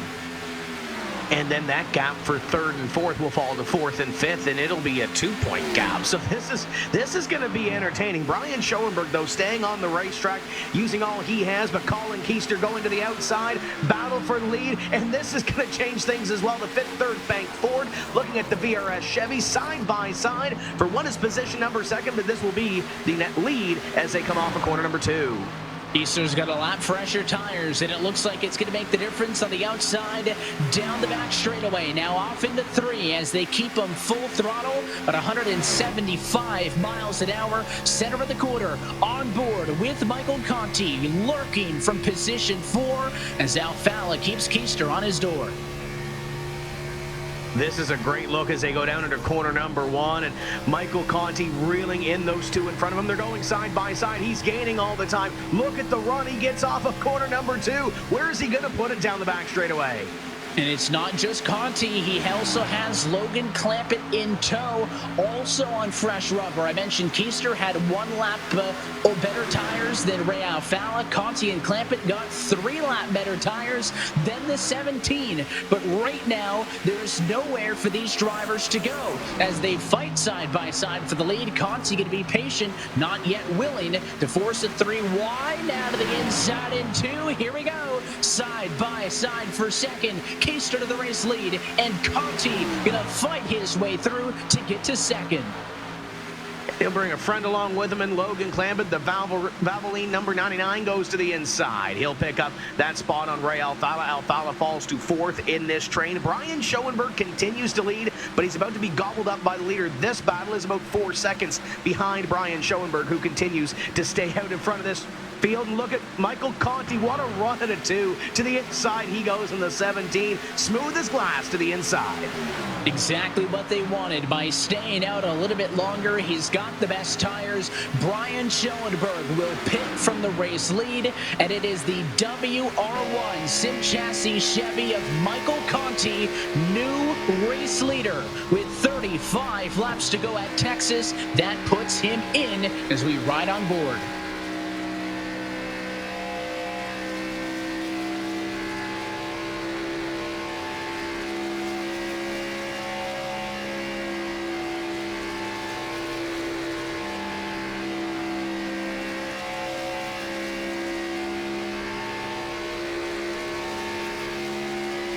Conti jumps to 3rd with that race lead, and you can see how close he could feel it there, locked in as he needs to get to the end of this race. And he's got his roommate behind him, Tim.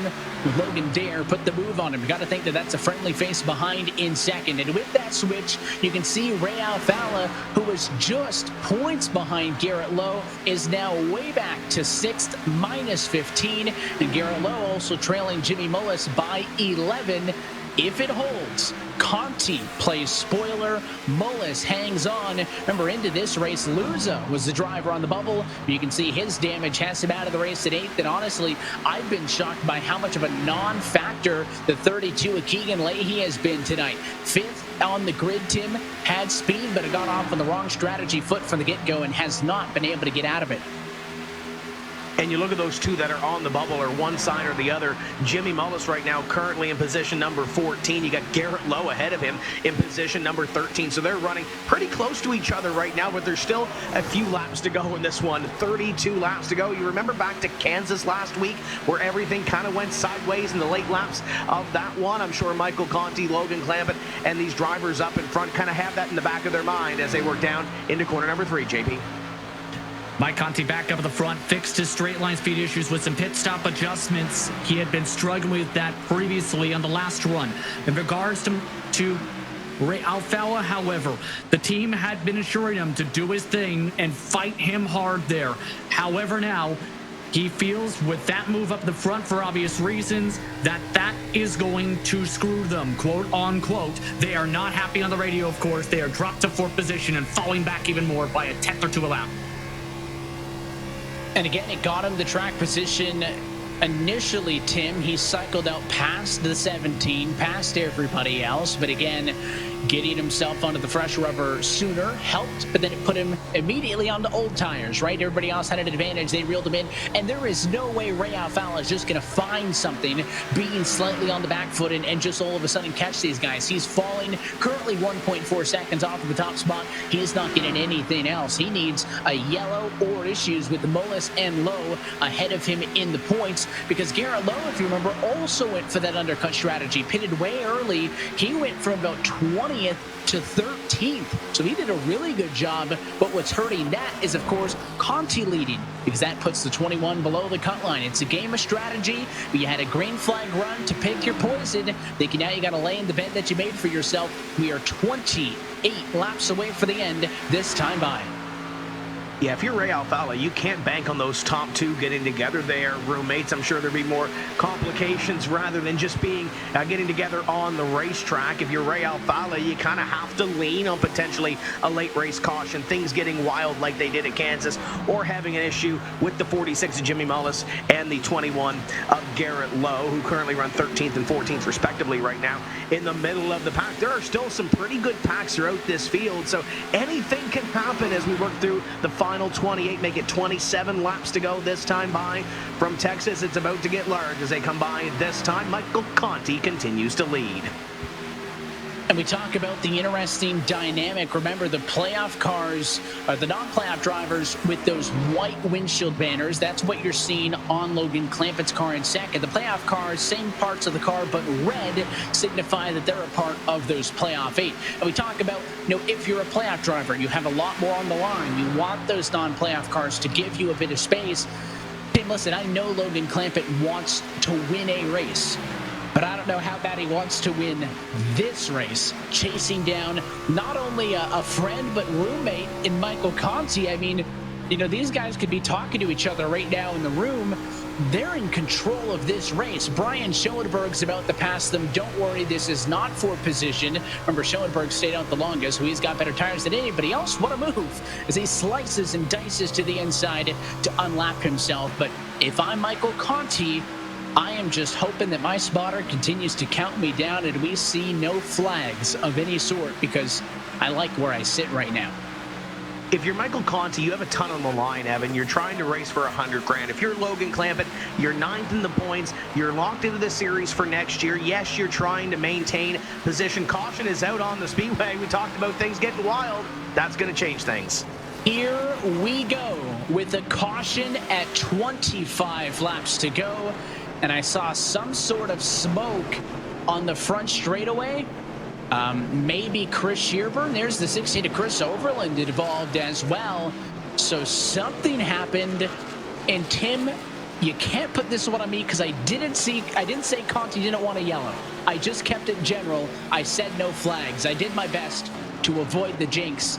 And this is a whole new ball game, because now everybody's got tires on pit road to fight for. There is no more back foot for Alfala. And this is going to be about a 20-lap dash for a golden ticket to Homestead. Yeah, it's the caution that Ray Alfala wanted as we look at the Coca-Cola replay to see what brought out that yellow, and it's the Chris and Chris show, I guess, off of corner number 4. You mentioned Shearburn was there.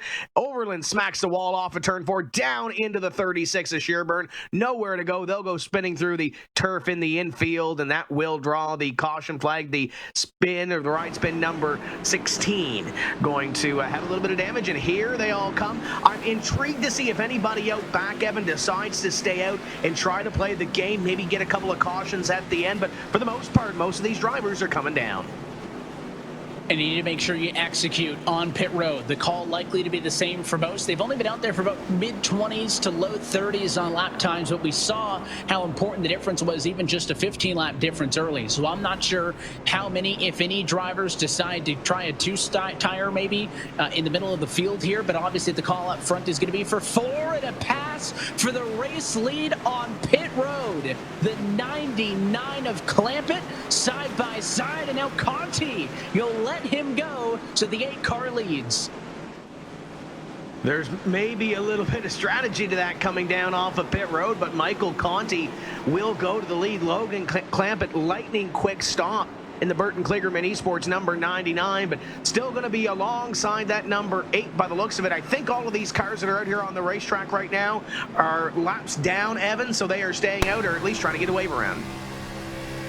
Let's go on board with Chris Shearburn. It happens up the road from right there. You can see the 60 to Chris Overland get a little bit loose into the fence, and there was nowhere for the 36 to go. And I saw the 36 not happy on the radio. That's how I knew he was involved. And, of course, our cameras cut to Overland, so we know it had to do with those two. So that's why we're under the yellow. And what a call here. Logan Clampett, Tim, was a whole car length ahead of Michael Conti and just let him pass him. Yeah, it might be a differing strategy. I was about to say when that caution flag came out that Logan does have something to fight for. We talked to Parker Kligerman off the top of the show. They are running for the team championship, so any extra points that they can get would help them win that team championship at the end of the season. So yes, he's 9th place. He's locked into this series for next year. Got a great cushion trying to get that 9th place position, which you don't see on your screen as we see those playoff points. They changed once again as you look back from the pace car. But yeah, Logan does have some things to fight for here as we work forward on these last couple of races. But Michael Conti might have a little bit more at stake here, especially in Texas. And the big benefit here, as I mentioned when the yellow came out, is that Ray Alfala no longer has to worry about being on the back foot, right? We talked about how he short pitted, got immediate track position, but once he got past, that was it. He wasn't going to get some sort of second wind, and all of a sudden to make up for that, well, now he's on the same tires as everybody else, and everyone agreed that 4 tires was the decision. I think most of the cars are now out of tires. It would be interesting to see. I'm only showing 3 pit stops for Graham Boland. Not sure if that's accurate. On my time in scoring, he could possibly pit if you get a late race yellow, but is it worth giving up all that track position for a little bit of fresh rubber when you have 36 cars on the lead lap? But, Ray can't get an extra spot or two, Tim, to get the win here. He needs to fight for the win, and you've got Chris Overland on the radio. Hey, Chris, what happened there coming out of turn 4? We've just been fighting loose all day, and Sherburne was up behind me, and I lost the nose behind Blake there and nailed the wall, and unfortunately it knocked me right back down in the field. We had a really good run going there. I'm really disappointed, and I'm sure the guys in the playoffs either are happy or not happy about that, but man, I'm devastated. We had a really good car, and we had fresher tires than some of these guys ahead of us, so it's a shame. Well, we're getting ready to go back to green. Chris, we wish you all the best. Wish you the best too up there, Tim. I know it's hectic. There you go. There's Chris Overland in the number 16. Great to see him running up at the front of the field a little bit earlier on, Evan, but tough break for that ride spin number 16 at Chris Overland. Yeah, he still has a mathematical shot of trying to fight for a top 20 spot to stay in this if he can, get a good result, maybe have some of the drivers ahead of him not. So certainly a yellow flag that doesn't help the race leaders, but also doesn't help Chris's hopes of trying to stay in this series for 2021. So we hit the reset button. It'll be a restart with 20 laps to go. Michael Conti, and maybe with a pseudo teammate in the 99, Logan Clampett alongside him, helping him try to get to a race win that would lock him into the Homestead Championship 4 with an opportunity to go for a second career championship. Alfala for the inside of row 3 and 5th, trying to play spoiler. Let's ride with the 2 car for a restart at Texas with 20 laps to go.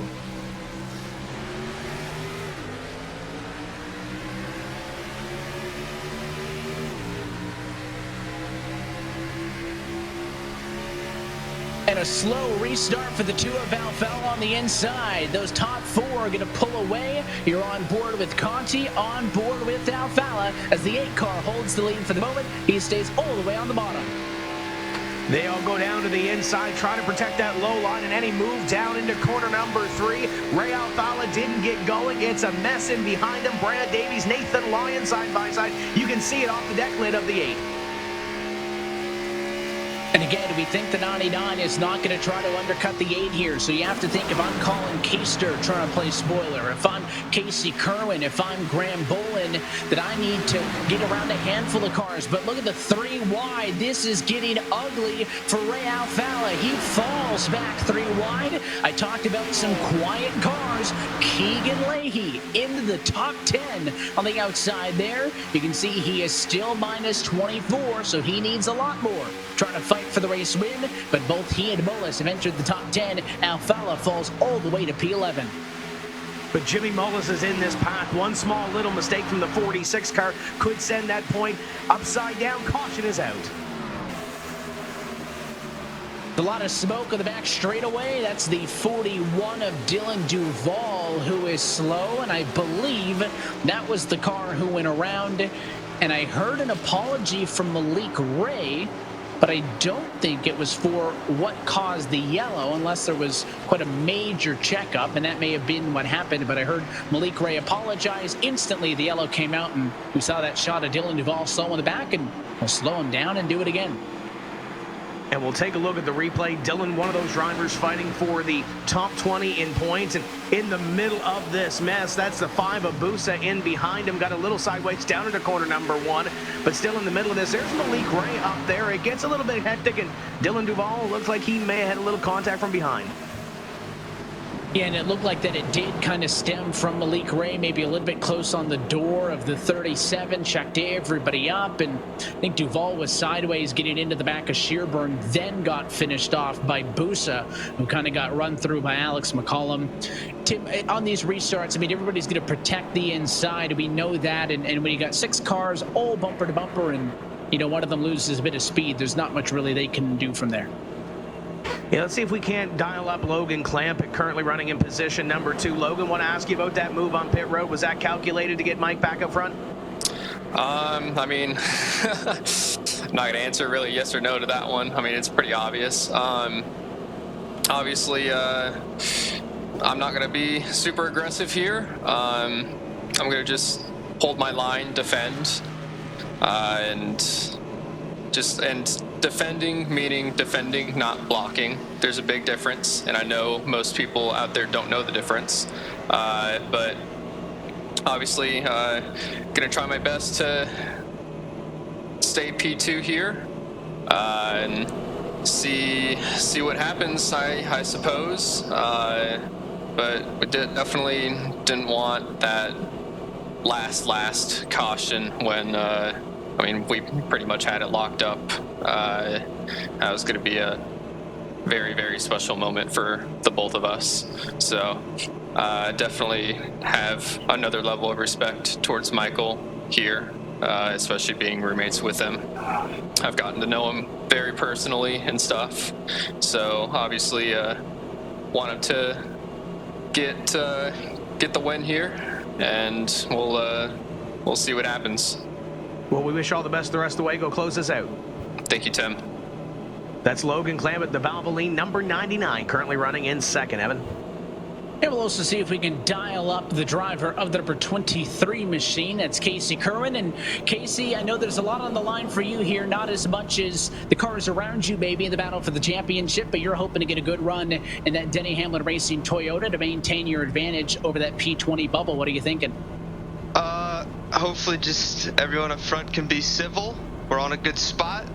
And I know there's a lot on the line for obviously Conti and I think a few of the others behind us, but hopefully we can just stay clean and just, if we can cross the line in a good spot and not wrecked, that's better than like over the after races for us this year. So yeah, hopefully we can stay clean, but we're in a good spot. Maybe we can do something with it. You're going to be on the outside of row 2. Do you, if you see an opening minute, I mean, do you push it for the race win, or do you not either, you know, to avoid messing up a playoff guy, or as you mentioned, to avoid kind of putting an undue burden on yourself and risking it where you're running? Because I think you like P4 right now. Yeah, it depends on how much I think I can get the move done. Obviously, Conti's going to be insanely aggressive. His car is going to be 40 acres wide here, so yeah, it depends. I got to play it smart. You know, it's also going to be tough. You know, if I'm trying not to make a pass, then I could get jumped from behind. So I'm going to have to play it based off way runs are working and whatnot. But obviously, I want to win, but got to think about big picture. Big picture, certainly. Race winner earlier this year into Michigan. Casey, thanks for chatting. Yep, no problem. Restart on the outside of row 2 in the number 4 position, and I think the lights on top of the iRacing.com official pace car are going out this time. Yes, they are. So once again, reset. 13 laps to go. Michael Conti trying to win and advance to that Homestead Championship 4, where he wants to join race winners from already in this round, Bobby Zelensky and Nick Ottinger, in that fight for over $300,000 total, but $100,000 of which to our champion next Monday night for the virtual Homestead Miami Speedway. And you can see the standings left-hand side, Tim. Jimmy Mullis P9 at the moment. That is good enough to lock up 4th and advance on points. And you look at some of the drivers that are having great runs here, Evan. Some drivers that might not be in that playoff picture, but Graham Boland started on the pole. Haven't talked a whole lot about him this evening. Back to position number 5. Brad Davies is in the top 10. Justin Bolton kind of hanging out in the top 10 as well. And then the back half, Jimmy Mullis and Keegan Leahy. Those two are big. Jimmy Mullis is currently 4th in points. Keegan Leahy currently 6th. And they continue to change as they work around here. We'll get ready to come to green. We'll have 13 laps to go.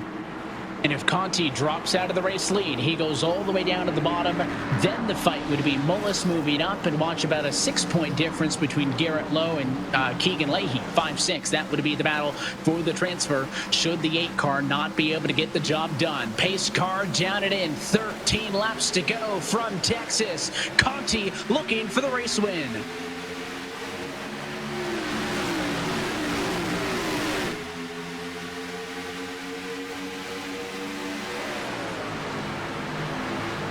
Top 3, now 4. Breakaway on the inside of 1 and 2. Tim, we expect them to stay glued to the inside down the back straightaway.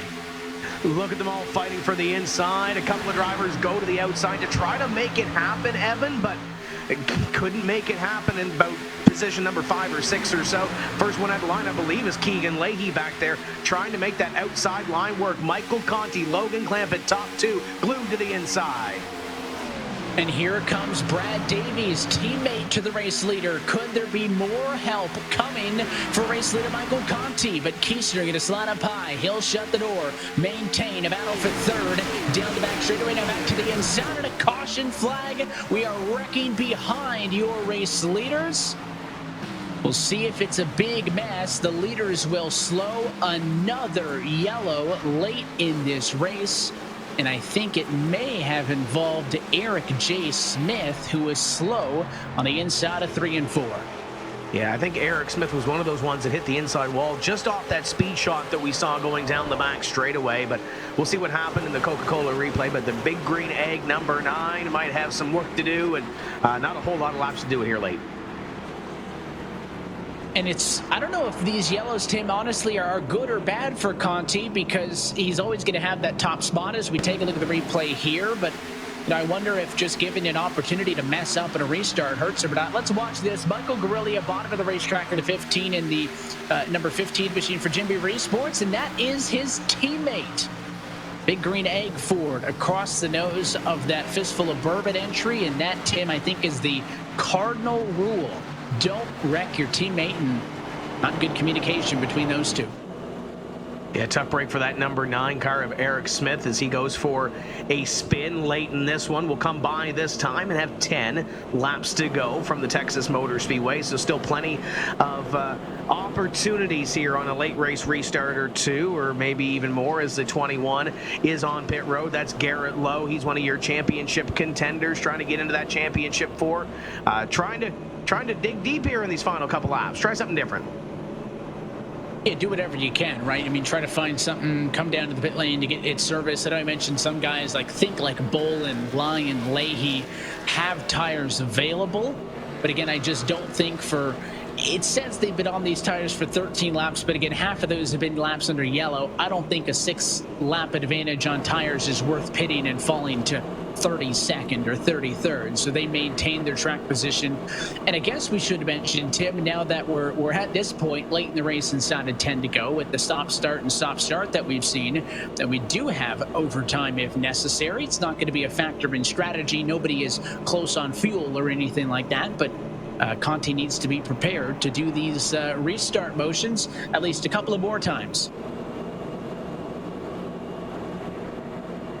See if we can't talk to Michael Guerrilla, who was involved in that one. Down the back straightaway, Michael, what did you see out of the windshield? Tim, I didn't really see much. I was looking down the backstretch, just trying to follow Schoenberg down on the very bottom of the track, just trying to hold my line and defend. And next thing you know, I just saw Eric coming across my nose. I don't know what happened. It looked like he just thought he was clear and turned across my nose, trying to get in front of me for a spot. But to be honest with you, like I said, I have no clue what happened. All I know is he hooked himself off my nose, and that was that. And with a teammate, does it make it any more frustrating back there running in the middle of the pack, trying to pick up these positions late? I mean, me and him are kind of in the same situation where we're just trying to claw for everything we can to get back up towards the top 20. So, I mean, I understand he's trying to go for what he can, but, like, I'm trying to do the same thing. It's just, I just don't understand what happened there. That's all. It's kind of just like a weird situation that I'm in because it looks bad because it's teammates and stuff like that, and I hate getting into teammates, but honestly, I don't know what happened, so I couldn't tell you. But we're just sitting here back here clawing for everything we can, so it's always going to be tight, even if from first all the way back to 30th. So that's just kind of a product of the racing back here, I guess. Well, we wish you all the best the rest of the way. Go get what you can. All right, thank you. That's Michael Guerrilla in the 15 car, the Jim Beaver Esports entry. Also going to jump on the radio with the driver of the 88. We talked about Conti maybe working with clamping up front, and there's another friendly face in that True Timber Chevy of Brad Davies. Brad, you got a real good running spot up here in position number 4. You going to try to fight for that race win, or you trying to help out the 8 car a bit? Well, yeah, the 8's our teammate, so we're going to do everything we can to make sure that he finishes well. If we get a chance to win, if the two cars up front, get into one another, so obviously we're going to take an opportunity. But at the same time, we want to see our teammate get into the final race as the final 4 car. So we're just going to take it easy here and see if we can bring it home in one piece. Looking like in a good position to get a second top 5 and a 5th top 10 of the year. How's the car been tonight? It's been pretty good. It's a little slow in the middle part of the run, but we have a sprint here, and it's been pretty good for sprints. The guys around me up front here have been protecting the bottom, especially into turn 1 a lot, so that kind of leaves the second groove open a little bit on entry to 1. You can make up a little time, so we might use that strategy, or we might go down and try to protect the bottom. I don't know yet. Just depends on how much space we have. Want to go here, but let you get to work. Thanks for chatting. All right, thanks, guys. Also going to go down to pit road with Justin Prince. Thank you very much, Alvin. A bold strategy call from Garrett Lowe. If you remember the start of the race with the different tire strategies where a lot of people were able to get through the field quickly, Brian Zimmerman just made a similar call to that just now. He said, and I quote, "If we go green, I guarantee you win this race. This could be the move that gets him in the playoffs." Garrett Lowe, Tim, way down the running order. I talked about it. Do you pit to get the fresh tires? Do you have enough time to do it? He did. He is back right now in 30th position, trying to make that fresh rubber work. But up front, Michael Conti, once more, going to be in control of the field. This restart with just 7 laps to go. He needs a win to get to the championship 4. Green flag flies. We're back underway.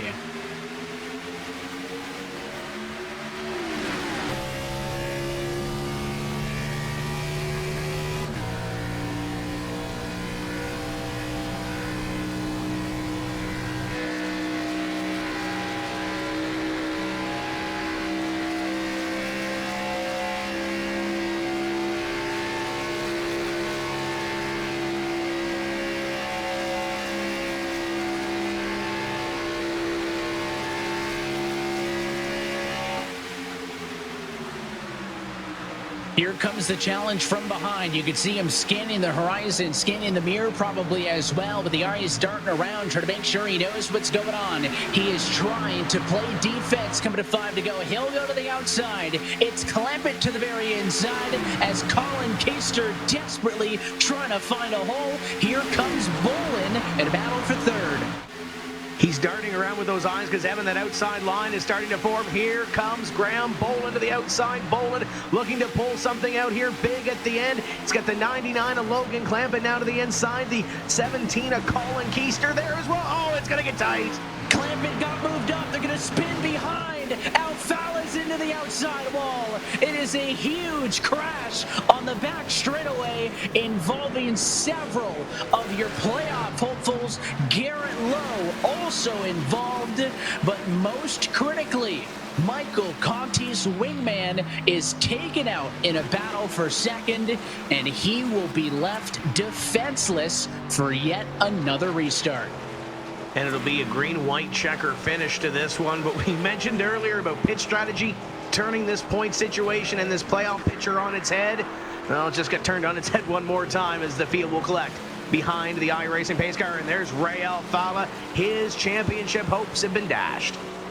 done with heavy smoke. Thought that there was maybe a distant shot to make this one happen late. Instead, he's involved. And I mean, Colin Keister doing everything he can to get around the 99 at Clampett, who's blocking high, blocking low. And you can see right there, just kind of sent him off into the corner. A second bit of contact right there. And then there was just too much happening. You know, Clampett doesn't even actually wrecked him. He's still 7th. Not that that helps the 8 car out much. But that was Colin Keister sick and tired of the 99 blocking him. He's got a little bit of left rear damage to that number 99 car, but you saw Garrett Lowe there up against the wall trying to get through that. He would have been at the back of the field trying to pick his way through, and that strategy of if it stays green, he'd be able to, you know, maybe get up here and have something for the race win. It didn't exactly work out for him as the 8 car of Michael Conti. That car looks pristine. There's about 5 or 6 at the front that kind of look like they're in good shape. Everybody else looks like they may have some battle scars. Not everybody gets away from that one free, and this really shuffles up the running order. You can see some wave bys going on the outside. So Conti is leading, Keister 2nd, Bolin 3rd, Lyon 4th. Teammate Brad Davies falls a bit to P5. Keegan Leahy up to position number 6 with Clampett and Zelensky and other drivers. And speaking about Keegan Leahy, Tim, you've got him on the radio. Keegan Leahy, what do you have to do now with everything that just happened? What do you have to do to get up here? If not win this race, lock yourself into Homestead. And Jimmy Mullis is back there with no front end, loses in 30th. I know Garrett Lowe got into that too. I don't know if I need to win or not, man. Like, it depends how far back these guys fall, who wrecks. I'll tell you, like, that's what I got my crew chief doing right now. I don't want him spotting me at all. Like, if I wreck going 3 wide, that's on me. I just want him to tell me what spot I need to be in. We saw these restarts last week at Kansas get wild. What do you anticipate here with a green-white checker? I anticipate being wadded up in the fence again, but we'll see. We wish you all the best. Go get him. Thanks.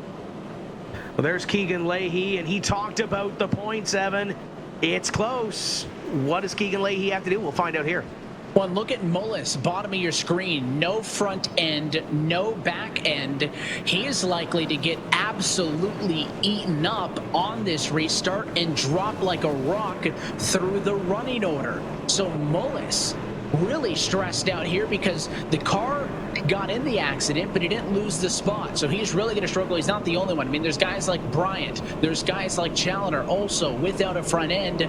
But let's see if we can get a look at those live point standings and kind of break all this down. Because again, if Conti can hold and he doesn't have Clampett's help anymore. Clampett's there. You see the 99, but it's back in P7. He is going to be at the mercy of the like of Keister and others. Here's an onboard look with that incident with Blake Reynolds behind where it all happened. You see the smoke, just nowhere to go. That was Kerwin involved in the accident, who we had chatted with just a little bit ago, and they kept wrecking all the way down the back straightaway. But again, a lot of them kept rolling, so that's why they didn't lose position. There's going to be a lot of damaged cars, Tim, trying to limp their way around the field for this restart, and that's why I think, even though there it is, Jimmy Mullis is plus 19, he's likely to lose a lot of spots. Can he lose 19? Well, there's more than 19 cars behind him on the lead lap, but I think it's still a tall order. But if he gets wadded up, and Keegan kind of talked about it, he's going to try to go for broke here. But look at all those cars with missing front bumpers on them right now. You got the 77 of Bob Bryant back behind Jimmy Mullis. If somebody makes a mistake going 3, going 4 wide and trying to get by these guys, that 18, 19 point gap goes away in a hurry. And not only do you have the 32 of Keegan Leahy there, you've got Ryan Luza, you've got Garrett Lowe. Ray Alfala's a long ways out after that incident, but it could be Ryan Luza, could be Garrett Lowe. Garrett Lowe got smushed up in that wreck as well. This is going to be a very entertaining restart, and it might not only be one green-white checker that we have. We might see a couple here, but there's some big names out back trying to break that bubble and get into the top 4. We'll see what transpires here with coming down to 2 to go. Those live points going to be right-hand side of your screen. You saw him there. Mullis, watch for him to drop with damage. Will he drop far enough for Leahy to pick up the pieces in sixth? Could Leahy go for the race win? And if Michael Conti doesn't win this race, this opens up a whole more position to everybody else. We're going to go on board with Keegan Leahy for the outside of row 3. This will be our first attempt at overtime for a 2-lap-to-go restart for the Great American Speedway at Texas Motor Speedway. Pace car down. Michael Conti needs 2 more laps to hang on.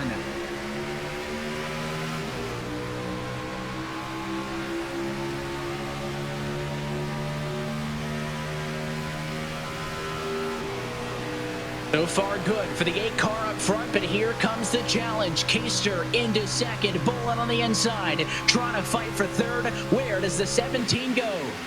And he's got his teammate to the outside. Nathan Lyons making a late race charge. Graham Boland to the inside. It's a battle for position number 3, but it's all behind Michael Conti. Will they get to the white flag? They'll come by this time and see the white. Michael Conti leads. This one's official no matter what happens. A bobble behind with Keister and Boland, but the 8 car still in clean air. Now here comes Lyon trying to get to the outside and to fight for second as there's contact behind. 3 wide for the race lead to turn 3. Here comes Colin Keister to the outside of Michael Conti. Conti gonna get a push from Boland. The 17 spins. They wreck behind, and Michael Conti wins and goes to Homestead to fight for a championship. Keegan Leahy comes across the line, wrecked in position number 11, almost like he wasn't going to get there. We'll talk about that bubble in a second, but Michael Conti burst the bubble after having the transmission issue at the Roval. He comes away with the win, and look at that smile on his face. There was a real chance down the back into 3 and out of 4 that Michael Conti was not going to win this race, but he celebrates this winning moment. Is brought to you by Coca-Cola, the official fan refreshment of eNASCAR. It was the battle for second that took both Boland and Colin Keister out of the race as they got into each other, and the 8 car with the sparks behind him broke free. Michael Conti will fight for a second career championship as he picks up race win number 1 on 2020. Talk about an ideal time to do it. Let's take a look at our Coca-Cola move of the race. We'll take a look at the move of the race here, Evan, and it's this move coming off of corner number 4, and everybody in behind fighting for what is position number 2, and Michael Conti having to hold them off down into 1. And right here, you can see the side-by-side. It's Keister closing, but here came the challenge from the 6, and I thought at this point, Nathan Lyon was going to make it a battle for P2 dot for the race lead. He fell back. Then it was Boland. Right here, Keister's lining him up for a run out of 4, but Boland goes to push Conti. He gets pushed by Leahy. They all spin into the outside wall, and it is a 1-2 for Junior Motorsports, led by the driver of the number 8. Let's talk to your race winner now, Michael. First win of 2020, but man, what a time to do it, because you're going to the championship 4. Congrats. I can't believe this actually happened. This is just crazy. I have never been that excited to win a race before. I mean, I won a championship, and I was monotone. This was crazy. This was the most intense season by far, and to be in the spot we were in after the Roval where I had a money shift at a really bad time, to be in that spot and to almost have it last week, to have it ripped away, and then I thought we were just going to walk away with it tonight in that last run, and then it got exciting again. But I can't thank everybody enough. WR1, JRM, Dale, thanks for believing in me. It took 2 years to get a win, but we did it at the right time, so I don't know what else to say. Yeah, you had it. I mean, the strategy was good. There's the roommate, Logan Clampett, coming into the picture as well, congratulating him on that. And you know, Mike, as you mentioned, you guys made the right call on what should have been the last cycle of pit stops. You guys were home free. I mean, you guys were good to go. Now you got to go through restarts, not just 1, not 2, but 3, and then 4. And especially on that last one where you didn't have Logan behind you, you know, you see Colin coming up. I mean, at that point, all you can do is hold the bottom. Tell us about the end of this, but specifically, obviously, that last restart and those final 2 laps to the end. Well, that was nerve-wracking because, unlike my boss, I am a horrible plate racer. As we've seen time and time again, I don't really know what I'm doing there. So this was kind of like a plate race at the end, and we had a lot more downforce built into the car, so it was hard to fend off runs the first couple laps. But with Logan back there, the last couple runs, that was a huge help. I appreciate his assistance there. But I just knew that my best shot was to hold the bottom. I knew that Keister was going to have a run off of 2, and then I think we were 3 there. But I knew with how new the tires were and with as much throttle as we could hold this early in the run, the bottom was the best place to be. And I don't know who pushed me at the end. I see Brad finish second. I was getting shoved. I think Bolin helped me out there. So just appreciate those guys knowing what was on the line, not doing anything silly. And, I can't believe we're going to Homestead. It's just crazy. If you would have asked me 2 weeks ago if I thought this would happen, I would have honestly told you, I don't know about our chances. But last week was really good, and this week was even better. So I can't believe it. And now we've got another long week ahead of us to prepare for Homestead. But I'm looking forward to it. Yeah, from one extreme to the other, right? I mean, you came into this with all this pressure of knowing I need to win if I want to advance. The mentality doesn't really change, right? The way that this format has gone in years past is you basically need to win that finale of those final 4 to get the job done, especially now that it's a shortened turnaround, less than a week to get you into that position to fight for the championship next week, next Monday at Homestead. What do the next 6 days look like for you? Well, there's going to be no rest. I don't think I've ever practiced as much as I did for Texas this week. I think I ran like 1,500 laps over the weekend. Just no lifed it. Sat my butt in front of the computer for a good 8 hours on Saturday and found absolutely no speed. And at that point, I was like, well, if we can't go any faster, then we must be pretty decent. And I mean, I think we definitely have a little bit more to find for Homestead, but I don't even know who the other drivers are. I know Zelensky's going to be there. I know Nick's going to be there. I don't know if Jimmy made it or not, but if Keegan didn't make it, which I don't know if he did or not, that would be a big bullet to dodge. I mean, things went sideways in these playoffs. I don't think this is the Final Four that anybody could have predicted, but obviously we've got 3 really strong competitors, and we're going to have 6 days of no rest, a lot of practice, and hopefully we find a little bit more and can close it out next Monday. I think you and Logan, at least for a few minutes, have some time to celebrate before you got to flip to Homestead. So we'll let you get to it, Michael. Congratulations on the race win, and we'll talk to you Monday. I appreciate it, Evan. Thanks for all you guys do. The race winner tonight for the virtual Texas Motor Speedway. And Tim, it's a 1-2 for Junior Motorsports. You're with his teammate, Brad Davies. And it was a wild 1-2 finish. Brad Davies comes off of corner number 4 in position number 6. Brad, how'd you get second? Yeah, I'm not sure, Tim. Came off of turn 4. I think I was in 5th or 6th, and that's where I thought I was going to end up. And then the guys in front of me got together and went sideways. So I took to the grass and tried to avoid everything, and I did, and came out the other side in second somehow. You work at JRM. You race for JRM. It's a 1-2 finish for the team. How huge is this? Yeah, that's pretty awesome. I don't think that's ever happened before. I'm ecstatic. I'm so glad that Conti was able to get into the Final Four. So I'm looking forward to him going out there and winning Homestead. That's going to be our first championship, obviously, and I can't wait for that. We head to Homestead next week. You should be locked into the top 20 with the way the run went tonight, to not have to go into that relegation pool to get back into this series for 2020. So what's the mindset going into Homestead? Well, it's just going to be test. We're going to test a lot to try to get Conti something good. I know that they've been working hard on his team, and I think we're going to share notes and see what we can come up with. I think we were really good tonight. Conti showed a lot of speed. We showed a lot of speed, so I'm pretty confident we're going to come up with something good. Well, congratulations on the run tonight. We'll see you next week. Thank you, Tim. That's Brad Davies coming home in position number 2, and Evan Bobby Zelensky, another great run out of nowhere, finishing in 3rd.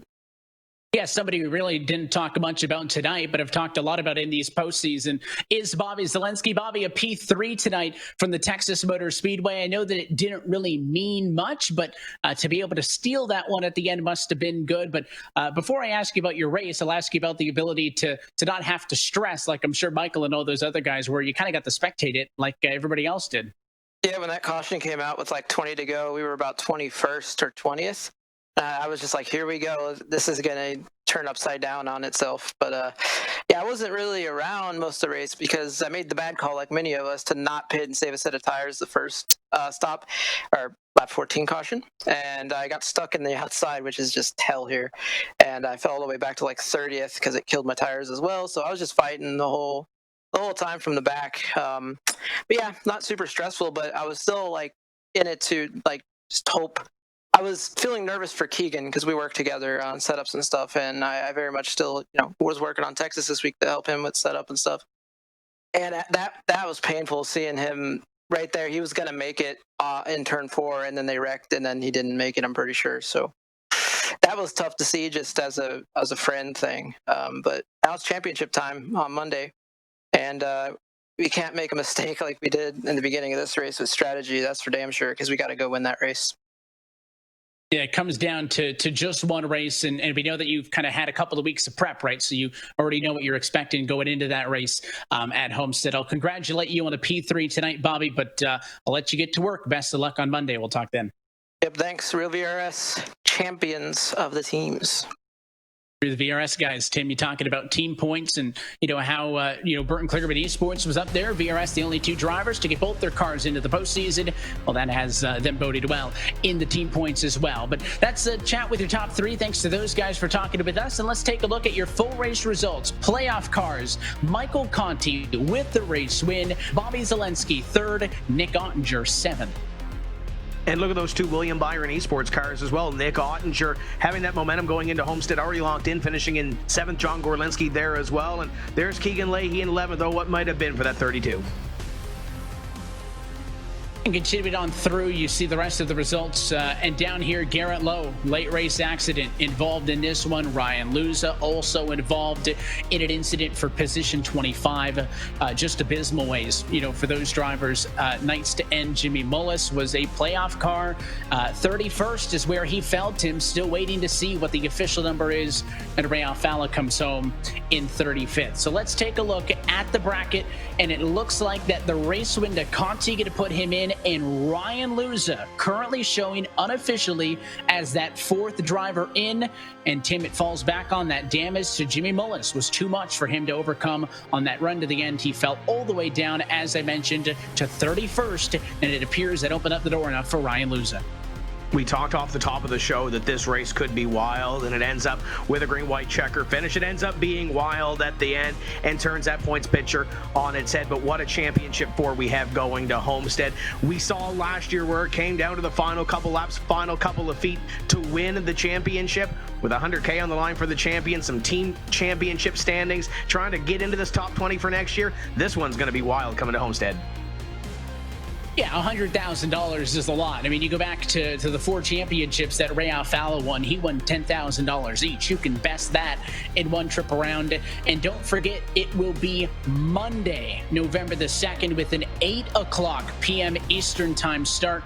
You're not going to want to miss that championship 4. But I'll bring Justin Prince back into the conversation as well as we go to wrap this one up. And JP, I'll go to you first on this one. What a night, right? I mean, we know that this playoff format can lead to these moments. I think we saw at least a dozen different live point scenarios as this one goes on. Conti comes back from the blown engine at the Roval, gets the win to move on. Mullis disaster, late loser, wrecked out, thought he was done. He's in. So much to talk about as we now know our championship 4. Absolutely crazy to say the very least, because when the pit stops happened under that first caution flag, I was thinking once you've seen all the cars going through the field so quickly, that may have been the difference that could have gotten some people in. But then the caution started falling and the attrition started to fall in. That was one of the main fears for several drivers tonight, is having something similar to what we've seen at Kansas. For some, they got involved in the attrition. For some of them, they're going to be having to regroup essentially for next season. For others, the focus now goes straight to Homestead, where it's expected to be an entertaining race once again. Several of these drivers who are in your Final 4 have been quick there in the past. It should be a thrilling race to say the very least. The question is going to be, which team will put in the most amount of prep to be able to get themselves into victory lane to win that championship? They're used to having 2 weeks in between races. They don't even have 1 week, because again, we're moving up to Monday for that season finale, so there's even less time. Tim, I'll go to you on this one. we're back to Homestead. The initial plan was to go to Phoenix. We're back to Homestead. I mean, this has been the site of the championship for many years. It is such a good track. One of the best tracks, I think, on the NASCAR calendar and in this eNASCAR Coca-Cola iRacing series. As we go back to Homestead to determine another championship, what are your thoughts on that track coming back into play? Interesting as we kind of look back on this year, a race that we saw earlier in March that was won by Ryan Luza. Yeah, I love it. It's a great place to host the finale. We've seen some great racing there in the past, and Michael Conti kind of mentioned it. Said he was a no-lifer this week, where he put in a lot of time onto the setup, and I think we're going to see a lot of that this week with those Championship 4 trying to hustle their way to get to Homestead and have something to win that race. But these last 2 races, guys, have been absolutely crazy. When we go to Kansas, we go to Texas, late race restarts, late race wrecks. We saw it with Keegan Leahy 2 weeks ago at Kansas. That's slipping away from him. We've seen some great racing here tonight at Texas. I can't wait to see who comes out on top at Homestead. We got a team championship to fight for, top 20 to fight for, and of course there's going to be a champion crowned as well. Can't wait. You're going to want to be here next Monday. We know our four, Justin. To go to you first on this as we wrap it up. Who do you like going into the finale? Well, based on what we've seen, especially in terms of momentum, I think you have to keep an eye on Bobby Zalenski first of all. He's been really quick, especially with the road courses. But this year, he's been increased his speed on the 1.5 miles. He's been close a few times. He's also been able to win in some of the various other tracks. I think he's someone that's going to be fairly quick to watch for come Homestead next week. Tim? It's going to be hard to beat Nick Ottinger, I think, but Michael Conti has some momentum. If it wasn't for the Roval, he might have been locked in a little bit earlier this season. Give me Michael Conti in the 8. We'll find out next Monday. Until then, round number 19 is in our rearview mirror. For everybody behind the scenes, that includes Doug Hunt, Nicolette Goslin, Tim Burns, Alex Horn, Jay Kennedy, Sean Ambrose, Michael Watson, Cisco Scarboza, Drew Adamson. For Justin Prince, Tim Terry, and myself, Evan Pasoko, thank you for tuning in, and congratulations to Michael Conti, a race winner who punches his ticket to the Championship 4. We are back for the 2020 finale next Monday. That is November the 2nd. It is at 8 o'clock p.m. Eastern Time start. That race for the championship of the 2020 eNASCAR Coca-Cola iRacing Series can be found right here on the iRacing Sports Network and streaming live eNASCAR.com. Until next time, good night from Texas, where Zalenski, Ottinger, Conti, and Luza are your Championship 4 headed to Homestead for next Monday.